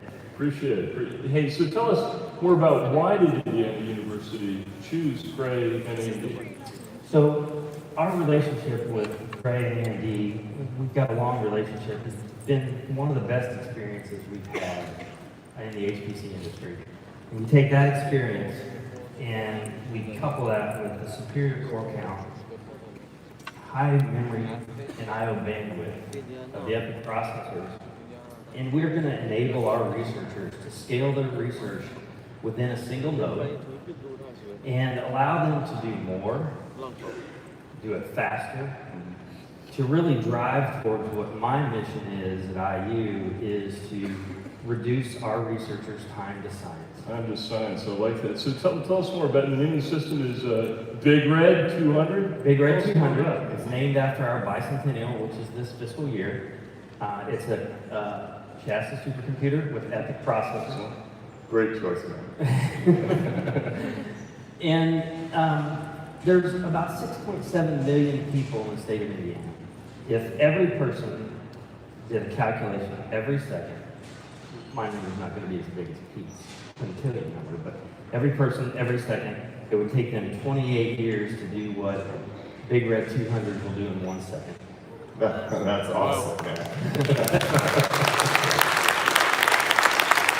Tell us a little bit about the research that you guys are going to do on the machine. So our research is focused on the grand challenges. There's not just the grand challenges in the state of Indiana, but those facing humanity. Modeling, simulation, AI are critical to IU's grand challenges of precision health, prepared for environmental change, and responding to the addictions crisis.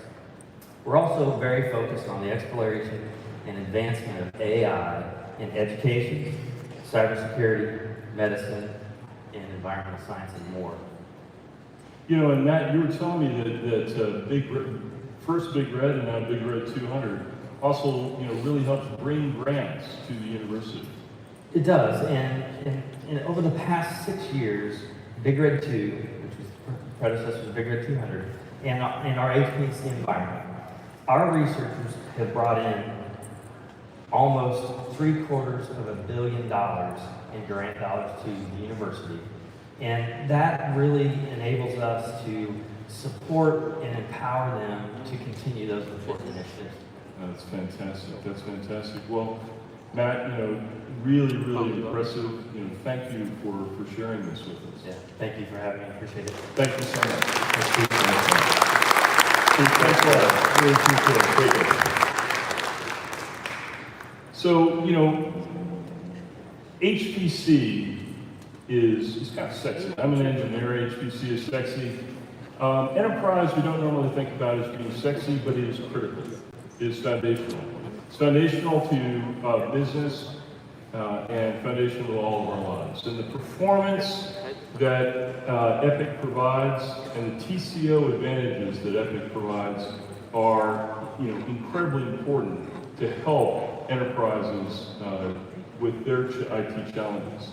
So on the performance side, we've already talked a little bit about this, but EPYC offers demonstrably superior performance across a broad range of enterprise applications, from the Java results that we've already talked about to the #1 world record on Hadoop for data analytics, 43% better SAP performance, and the world record for virtualization performance using SpecVirt.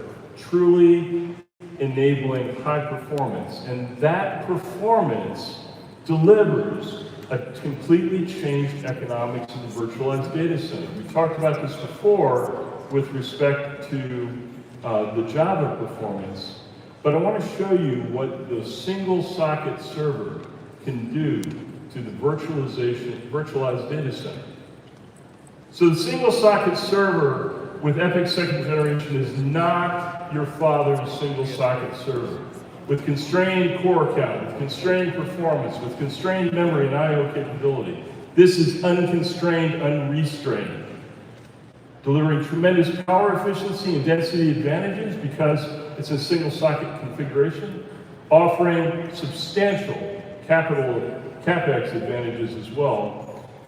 But with those reductions, giving up not an iota in features. With all of the resiliency, availability, and reliability features that enterprises demand. And of course, all of the security that they so desperately need here today.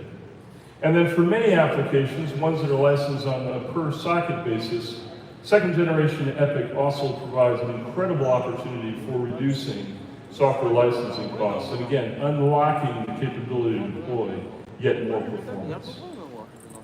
And so, if you take a look now at our single socket stack versus the Intel single socket stack, Intel did, with this latest generation, introduce an optimized set of single socket configurations in Cascade Lake. And I'm pleased to say that with the EPYC single socket configuration, our 32-core variant can cover, again, the entire range of the Intel single socket configurations. And going up to 48 or 64 cores, we can, again, more than double the performance of the highest end Cascade Lake scalable platinum SKU from our competitor. Maybe more importantly, because I often got, over the last couple of years, I've often received, the question, what is a single socket server good for? It's a new thing. What's it good for? I've been buying dual socket servers for years. That's what I do. I buy dual socket servers. Why are you messing with my data center? What am I going to do with this single socket server? Well, you've got to look at the performance, again, of the single socket server compared to the performance of the alternative dual socket server. And I say to you, you can do anything you can do on a dual socket server with the AMD EPYC 2nd generation single socket server because it outperforms the entire Intel Cascade Lake stack up to the 8280M in a single socket configuration.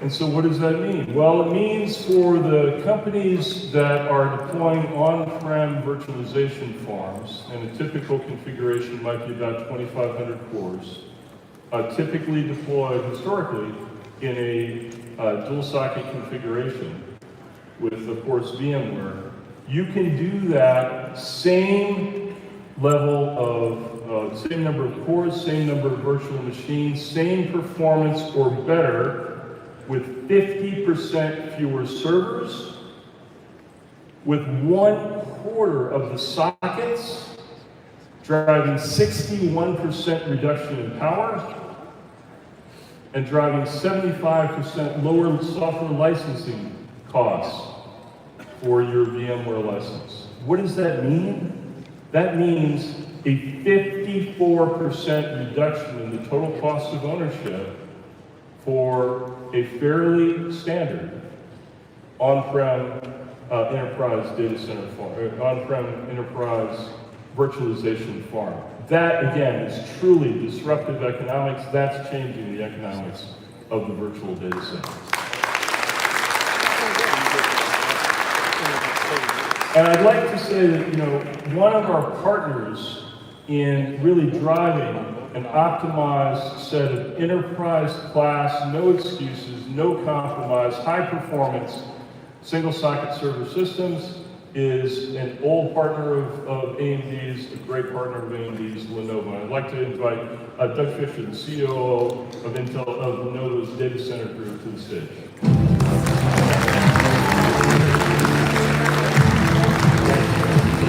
Great to see you. Thanks for coming. Congratulations. Appreciate it. We're super excited to have you here today. We're super excited to have you here with us on this journey. Can you tell us a little bit about what problems you're seeing from your customers? Lenovo is very customer-centric. What problems are you guys trying to resolve? Yeah, we're very, very focused on our customers. We spend hours and hours with our customers daily to understand their pain points and where they're seeing areas that we could bring more and more value. It's no secret, everybody talks about the catalyst behind a lot of transition, the intelligent transformation that we're driving at Lenovo is data. One of the interesting data points I heard recently was if you take a look at all the data that exists on the planet today, 90% of that data was generated in the last 2 years. That's an exponential growth that we're going to see continue. And so because of that, a lot of the performance capabilities are needed to reduce the bottlenecks and drive more value for the customer, reducing pain points. These are things like high-speed storage in order to get that data into the processing capabilities, whether it's the CPU or accelerators. It's high-speed memory to accelerate latency challenges. All those elements are critical. Now, data is super important, so they're very, very concerned about security. And every IT manager out there has a budget, and so operational expenses are very, very important. So we're working together to understand those pain points and resolve those. Oh, fantastic. Well, our collaboration has been great.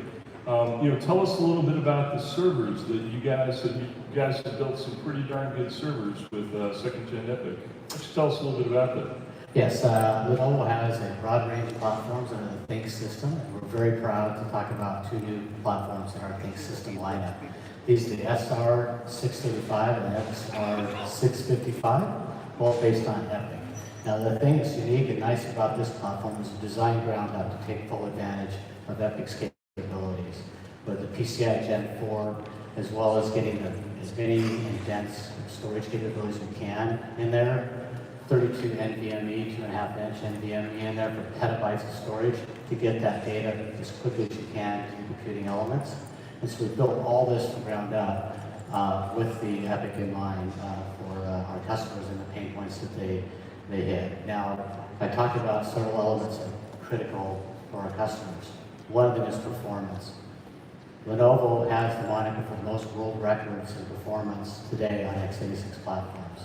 We're proud to add 16 new performance records to our already world record achievements in this space. We're all about performance. We have 16 new performance benchmarks to announce today.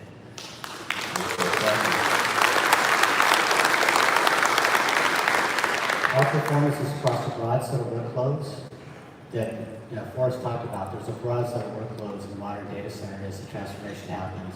And so you'll see our world records across a broad set of those workloads, whether it's CPU, virtualization, Java workloads, a broad set of workloads we are targeting to ensure that they get the most optimized platform. But there's also another big point, which is ownership, cost of ownership. And so we're very proud to have the #1 world record in spec power to ensure that we get the most cost-efficient platform in your data center to reduce the power consumption as you're driving that capability in your data center. That's fantastic. #1 most efficient server ever. That's right. And I got to tell you something. Once you deliver that server, that's not the end of the story. It's about reliability.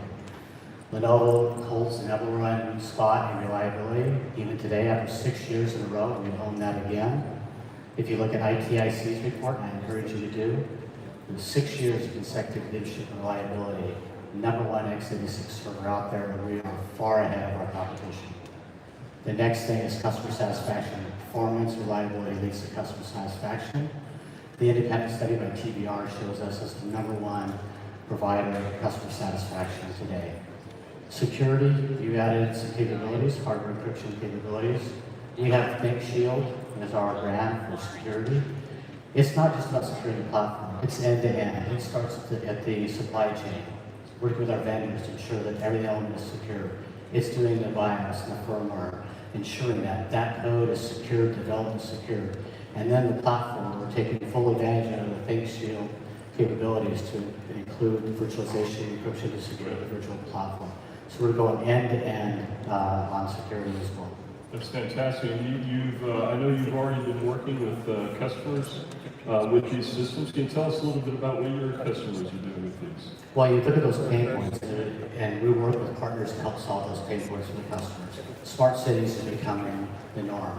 Having security surveillance capabilities to ensure that you secure your city, airport, municipality are very critical.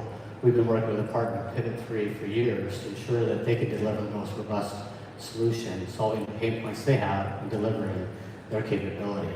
Imagine 4K videos, thousands of cameras streaming in. They need the large storage. They need fast access to that data to compute on it. They need access to the 6 GPUs that we can put into the box to compute on that, to deliver that value. And so all those pain points I talked about end-to-end, Pivot3 is actually utilizing those capabilities today. They're in the showcase.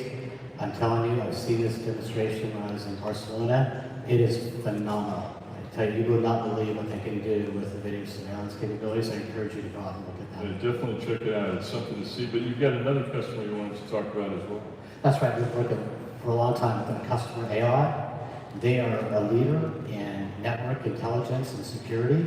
They are utilizing all the capabilities to solve those pain points, and we deliver a solution together to ensure that they deliver the best value for the customer. So let's hear from them.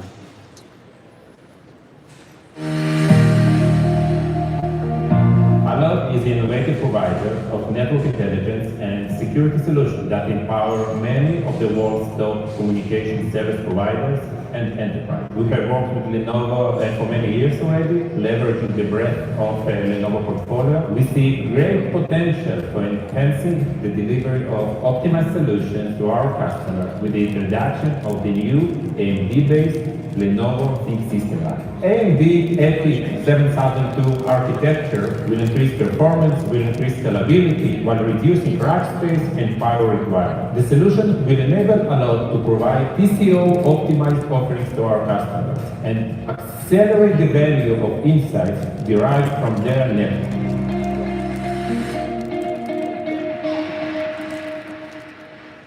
So really, as you can see, working with our ThinkSystem capabilities, #1 performance, 5.9 reliabilities, customer satisfaction, security, and TCO, partnering with AMD, we're delivering that capability in these new platforms. It's fantastic. And both of those cases, I think, really also highlight the importance of PCIe Gen 4 and what flows from that. We utilize all those capabilities. We're packing in all the performance we can. This platform, both these platforms are shipping this month. They'll be delivered in the traditional way we do. We're a channel-first company. If you don't know what that is, look it up. We're all about partnering with our channel and ensuring that we have the best partner for our channel. As well as we have a model. It's not the traditional leasing model. It's called TrueScale. TrueScale actually is a much more innovative way to delivering that capability, where it actually looks at your usage, so you can provision a higher performance platform, but only get charged when you use that peak value, maybe at the end of the month when you're closing books or whatever workload runs at peak times, you pay for it at that time and not when you're not using it. So it's a very innovative way of delivering our platform as well. Very cool, very innovative. Well, I got to tell you, thank you so much. It's really been a pleasure working with you guys so far. Congratulations on a set of really fantastic servers. And can't wait to see what else we do together. Congratulations to you. All right, thanks a lot. Take care.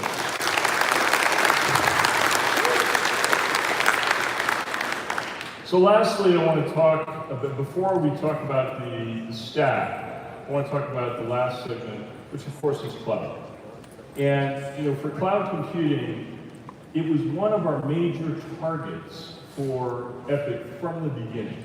If you think about it, we designed, we built a throughput machine par excellence that could deliver far more throughput to power a large number of virtual machines, containers, and instances. And it's all about offering performance and economics at scale. And so there's probably no one better to talk about that than one of our first partners on the cloud, which is Microsoft. And I'd like to invite Girish Bablani to the stage from Azure to talk a little bit about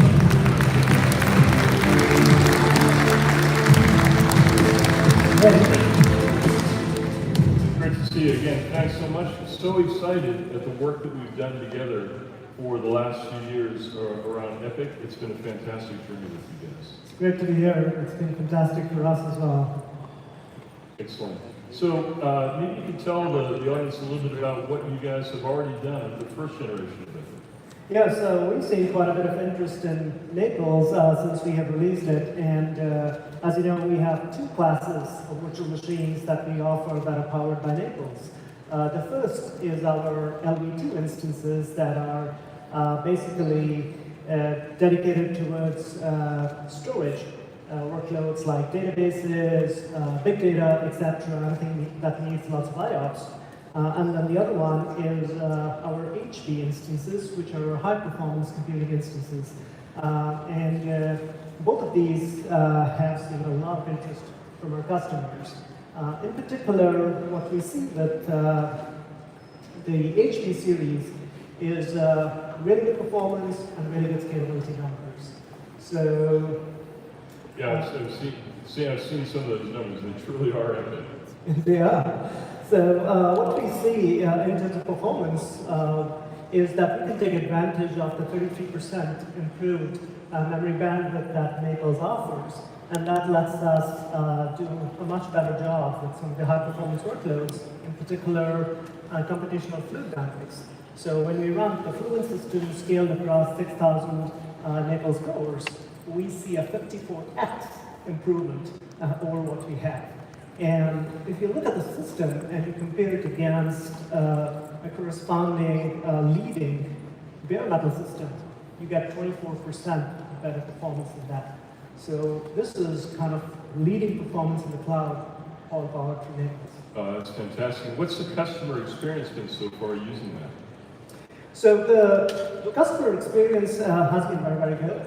We got great feedback, and one particular customer I'll talk about is Rescale. So Rescale is one of the managed high-performance platform providers that build on top of our HP series, which is of course powered by Naples. And Rescale is focused on aerospace workloads, so fluid dynamics, material science, etc. And one of their customers is Aerion Supersonic. And Aerion Supersonic uses the HP platform to actually design supersonic jet engines, which are going to be running on 100% biofuel. That's pretty cool. I would hope that they would have their partners participate in some of the demo flights. Did you see the jet park outside? Hey, but so that's super exciting, real-world examples. But tell me, you guys have been evaluating Rome for a while. Tell us, what's your experience or what's your thinking so far on Rome? So we are very, very happy with Rome. So some of our preliminary numbers that we have seen on Rome, we see 100% improvement in our HPC workloads compared to Naples. So twice of what we already see with Naples, which means our customers can run even bigger and more performant workloads when they will be moving to the system. That's truly remarkable. That's great scaling from second generation. Right. Anyway, so we have three announcements. Three announcements. Okay. Three announcements of how we're going to be using Rome. So the very first one is we're going to be announcing our next generation of HPC, which is called HPV2. So it's going to feature 120 Rome CPUs, which are mated with a 200 gigabyte InfiniBand, which is the first time in the cloud. So, and this is thanks to the PCIe for support that Rome offers. So this is HPV2 that we're announcing. We're also announcing what we can call an AMD Square offering. This is our virtual desktop offering, which is going to be Rome paired up with the Radeon MI25, so you can run Windows virtual desktops on the system. High performance VDI, A+A, AMD plus AMD solution. That's fantastic. But you did, I think you said you had 3 announcements. Yes, we do. So the third one is our general purpose. And so our general purpose series is the D and the E. So we are announcing DA and EA V3, which are going to be our general purpose systems based on Rome. These systems actually are available for preview today as we speak. Fantastic. And I think you're demonstrating all 3 of these upstairs. Yes, we are. So they're going to be in the transformation zone, and we're also opening up the virtual desktop as well as the HPV2 for signups. So all of that's happening today. Oh, that's fantastic. That's fantastic. So one of the fastest routes to Rome is with Azure. It is indeed. Thank you so much. Thank you. Fantastic. Thank you. So definitely check it out upstairs. So look, across the board, from cloud through enterprise to HPC, EPYC truly offers workload performance leadership, delivering better results, faster results, better TCO, which is just fantastic. What we aim to do. And we're delivering that to the end users through a set of partnerships across the board, from systems to the operating system, from IHVs to the software developers who provide the apps that so many customers need. We've had exceptional partnerships, we've had exceptional support, and we thank particularly everybody from our partner community in the room. Thank you so much for helping us get day one support, not just support, optimized support for second generation EPYC ready to go. Thank you very much.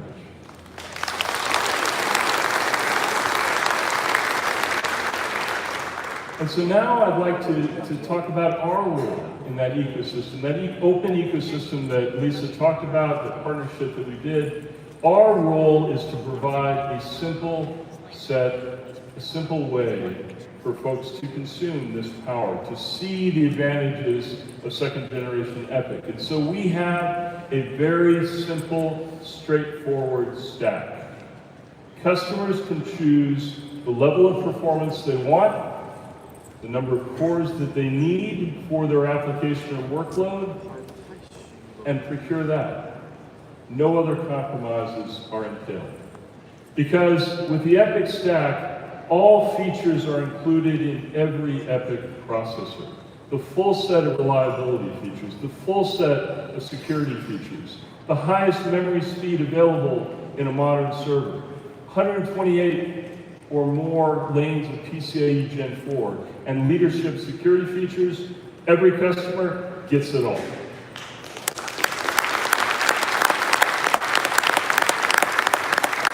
And the customers can range from the spectrum. So if you think about the customers who are looking perhaps for an entry-level server, they can choose, of course, an EPYC 7282 or a Cascade Lake Xeon Silver, apart with the EPYC 7282 offering far more performance for less money, giving that customer who wants an entry-level server over 2.5 times the performance per CPU dollar, offering a truly superior choice. If you look at the mainstream, what would often be served with the gold processor from our competitor, the same thing holds true. With EPYC, a mainstream 7452 part delivers substantially higher performance than the Xeon Gold at roughly the same price point, delivering 2x the performance per dollar for your mainstream workload. At the high end, for customers that demand the maximum performance, that have the most demanding workloads, that need the power of the top of stack, the EPYC 7742, as compared to the alternative, offers double the performance at a slightly lower price. Or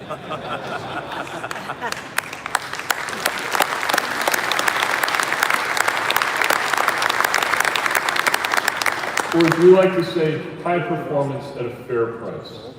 And so that translates into, I'm sure you've already done the math, 4 times the performance per dollar for people looking for high performance.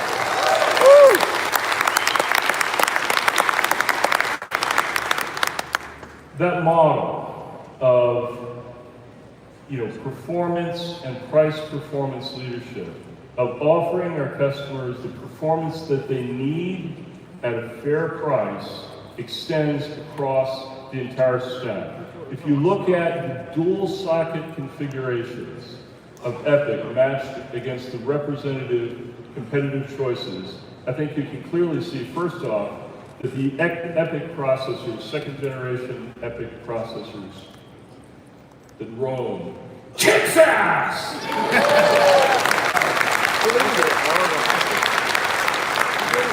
And so, I don't care what segment you're in, whether you're in HPC, enterprise, or cloud. I don't care what performance level you need from the entry through the mainstream to the high performance. I don't care what features you need. The new standard for the data center, the new performance leader for the data center, the new price performance leader for the data center is the new benchmark for the data center, the new standard for the data center. And that is, of course, EPYC. And with that, thank you very much. I'd like to invite Lisa back to close.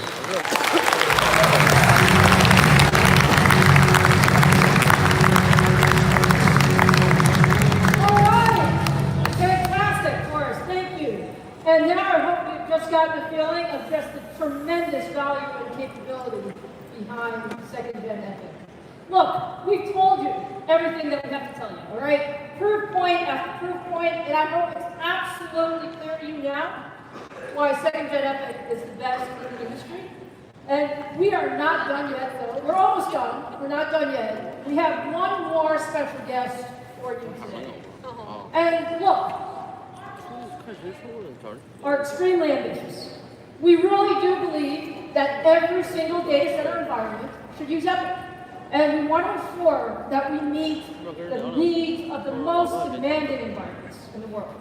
There's no question today that's in the hyperscale environment. You've heard about some of the cloud environments, but there is also no question that one of the most demanding environments in the world today sits at Google's data centers.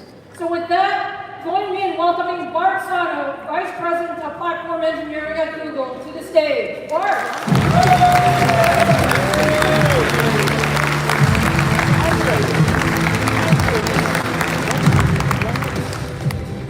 Welcome, Bart. Thank you so much for joining us today. Well, thank you very much, and congratulations to you and the team. And I've been hearing excited all day Are we just a today. little bit excited? Well, you're excited today, but I gotta tell you, I'm feeling even more than just excited. I'm feeling epic. So just today, I'm feeling epic, and I just like to. Oh, I love it. Look, Bart, you and your team are legendary. Okay? I mean legendary in the data center environment. Everybody knows you drive the hardest data center environment, the most innovation. You're known for the last drop of performance. So can you tell us a little bit about your demands in the data center? Absolutely, that's very kind of you. Well, you know that Google operates data centers around the world. In these data centers, we're running some of the most demanding hyperscaler applications and web properties. These workloads need to run fast to meet our users' expectations. They also require scalability and throughput to address the billions of users we have across the globe. But most importantly, they have to deliver superior total cost of ownership to be affordable. So what we do is that we have to optimize across the entire stack, across many dimensions, starting from the data center design to the hardware systems that we work together, all the way through to the system software, through the application. And that's the reason why we chose EPYC. Well, we really appreciate that. You know, our AMD and Google have also had a long history together. So I can say that a few years ago, I went to see Bart at Google, and I sat down and said, hey, look, we've had these ambitious plans around this end roadmap. I'm going to build this multi-generational roadmap. I want you to use our processors in the data center. You were tough. You told me you needed the best of the best in performance. And I knew you would push us, and you pushed us. I'd love for you to share a little bit about the collaboration. Of course. I remember that meeting quite well, and I feel like it was sort of a tough conversation, but it was, you know, it was candid critique is really what it was. But I think what people need to understand is that that produces, through our collaboration, some of the most important technologies that help Google scale not only up in the capabilities per server, but out in the number of servers per cluster. So, you know, what's interesting is that those technologies that you provided, AMD provided us in that time, has culminated into Google's first 4-socket server, and really is our millionth server over a decade ago. And really that shows, I think, the history that we have with AMD, our commitment to each other. And we chose AMD's platform at that time for many of the same reasons that we're here today. No, look, we really appreciate that. And you know, when you really talk about the collaboration and how you pushed us and really worked with us to achieve performance on Rome, you know, we set out to meet and try to exceed your expectations. And frankly, we wanted you to be one of the first to deploy Rome in a production data center environment. So can you tell us where you are in your deployments and what you're seeing with Rome? Certainly. And you know, that collaboration that we have, I think, is very important for us to innovate. I greatly appreciate that. And what we really, today, what we're very happy to announce is that Google has already deployed within our data centers, in a production data center environment, the EPYC second generation technology. So, you know, we're really seeing, the great thing is that we're already seeing some great performance on a variety of workloads. And I attribute that to several architectural features that actually Mark had alluded to before. Some of those are the high core count and therefore thread count, the shared high performance memory architecture, and also your Gen 4 PCIe complex, which helps us scale, and also integrate our own accelerators in an efficient manner. No, look, I am very happy to confirm that Google was the first to deploy Rome in a production data center environment. So does that sound exciting, guys?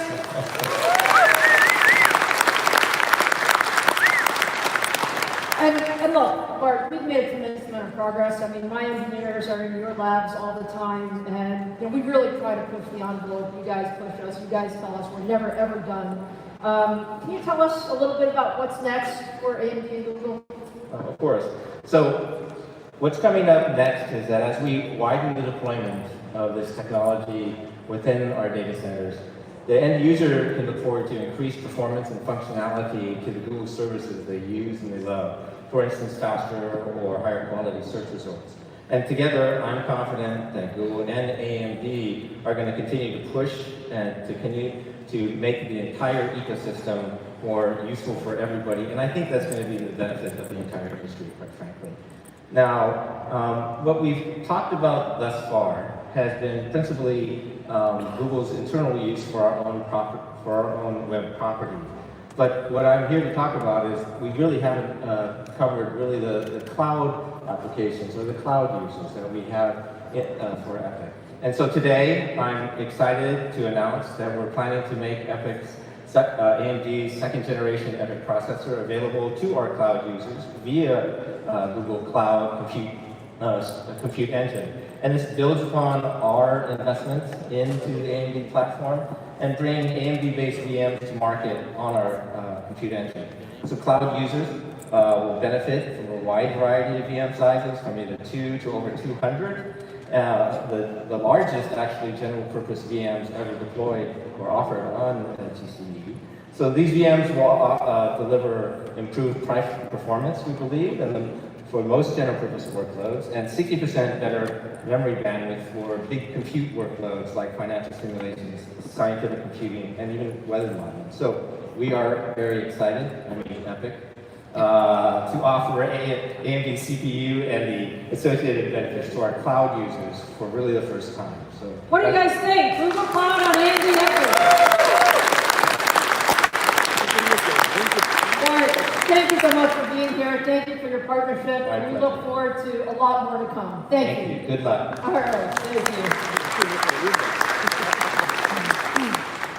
All right, guys. So there you have it. From the toughest cloud environments to the broadest enterprise environments to the most demanding HPC applications, second generation EPYC is incredible. Breadth, scale, capability. We are extraordinarily honored to be turning to EPYC with our customers and our partners. But I want to finish with one important point, okay? We all know in servers, it is not just about one generation. It is not just about two generations. It is about building a multi-generational roadmap. And I want to ensure that today it is very clear. We are here celebrating the launch of Rome, and we are extraordinarily excited. But for AMD, we are just getting started in the server market. What you can expect from us is consistency, cadence of execution. You heard it from Mark. We executed first-gen EPYC. We executed second-gen EPYC. With availability today, we have completed the design already on Zen 3, and that is going into Milan. And Mark said it, we are well into design with a ton of design effort on Zen 4 and Genoa. And what we're putting into Zen 3 and Zen 4 and Milan and Genoa is everything that we're learning from the customers and the ecosystem here today. So this is what we mean by commitment. We could not be more committed to this space. We could not be more committed to delivering performance and innovation in the data center. So let me wrap up with one clear message. I hope it is not clear to anybody who is upgrading a data center, building a new data center, doing anything in a data center, whether it's cloud, enterprise, or HPC, you have to use second generation EPYC. It is simply the new standard for data center customers. And I want to say a huge, huge thank you to all of you in the audience today. You are our customers, you are our ecosystem partners, you are the reason we keep pushing the envelope. And together, with your support, we are going to change the data center of today and tomorrow. Thank you very much for joining us today.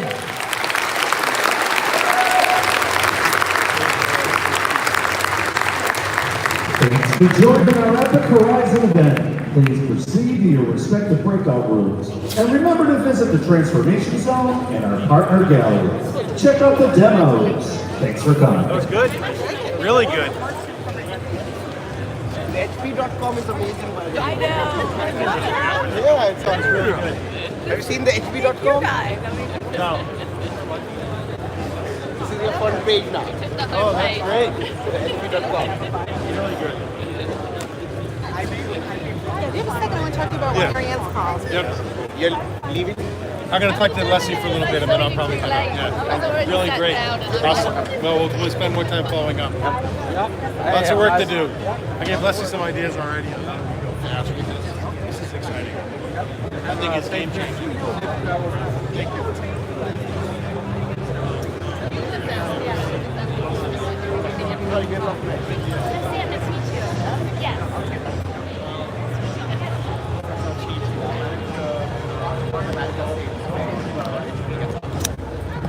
Hey Wendell, there's a lot of people recognize you on the stream. How's it going? Yeah, I'm good. Sorry, I've hit the wrong button. It's showing me. There you go. So for all those people that are still on, you got fans. They all recognized you, and so thank you. No worries. There you go. So I'm gonna go. Let me hit the button here. Managed to get Wendell on, and you wanted to see him, so you did. A great event. There's you can see all the people are streaming out. And I've got to go. I've got to go to the Q&A session. So I'm going to hit stop and I'll talk to you guys later. Hang around because I'll have the Q&A streaming shortly.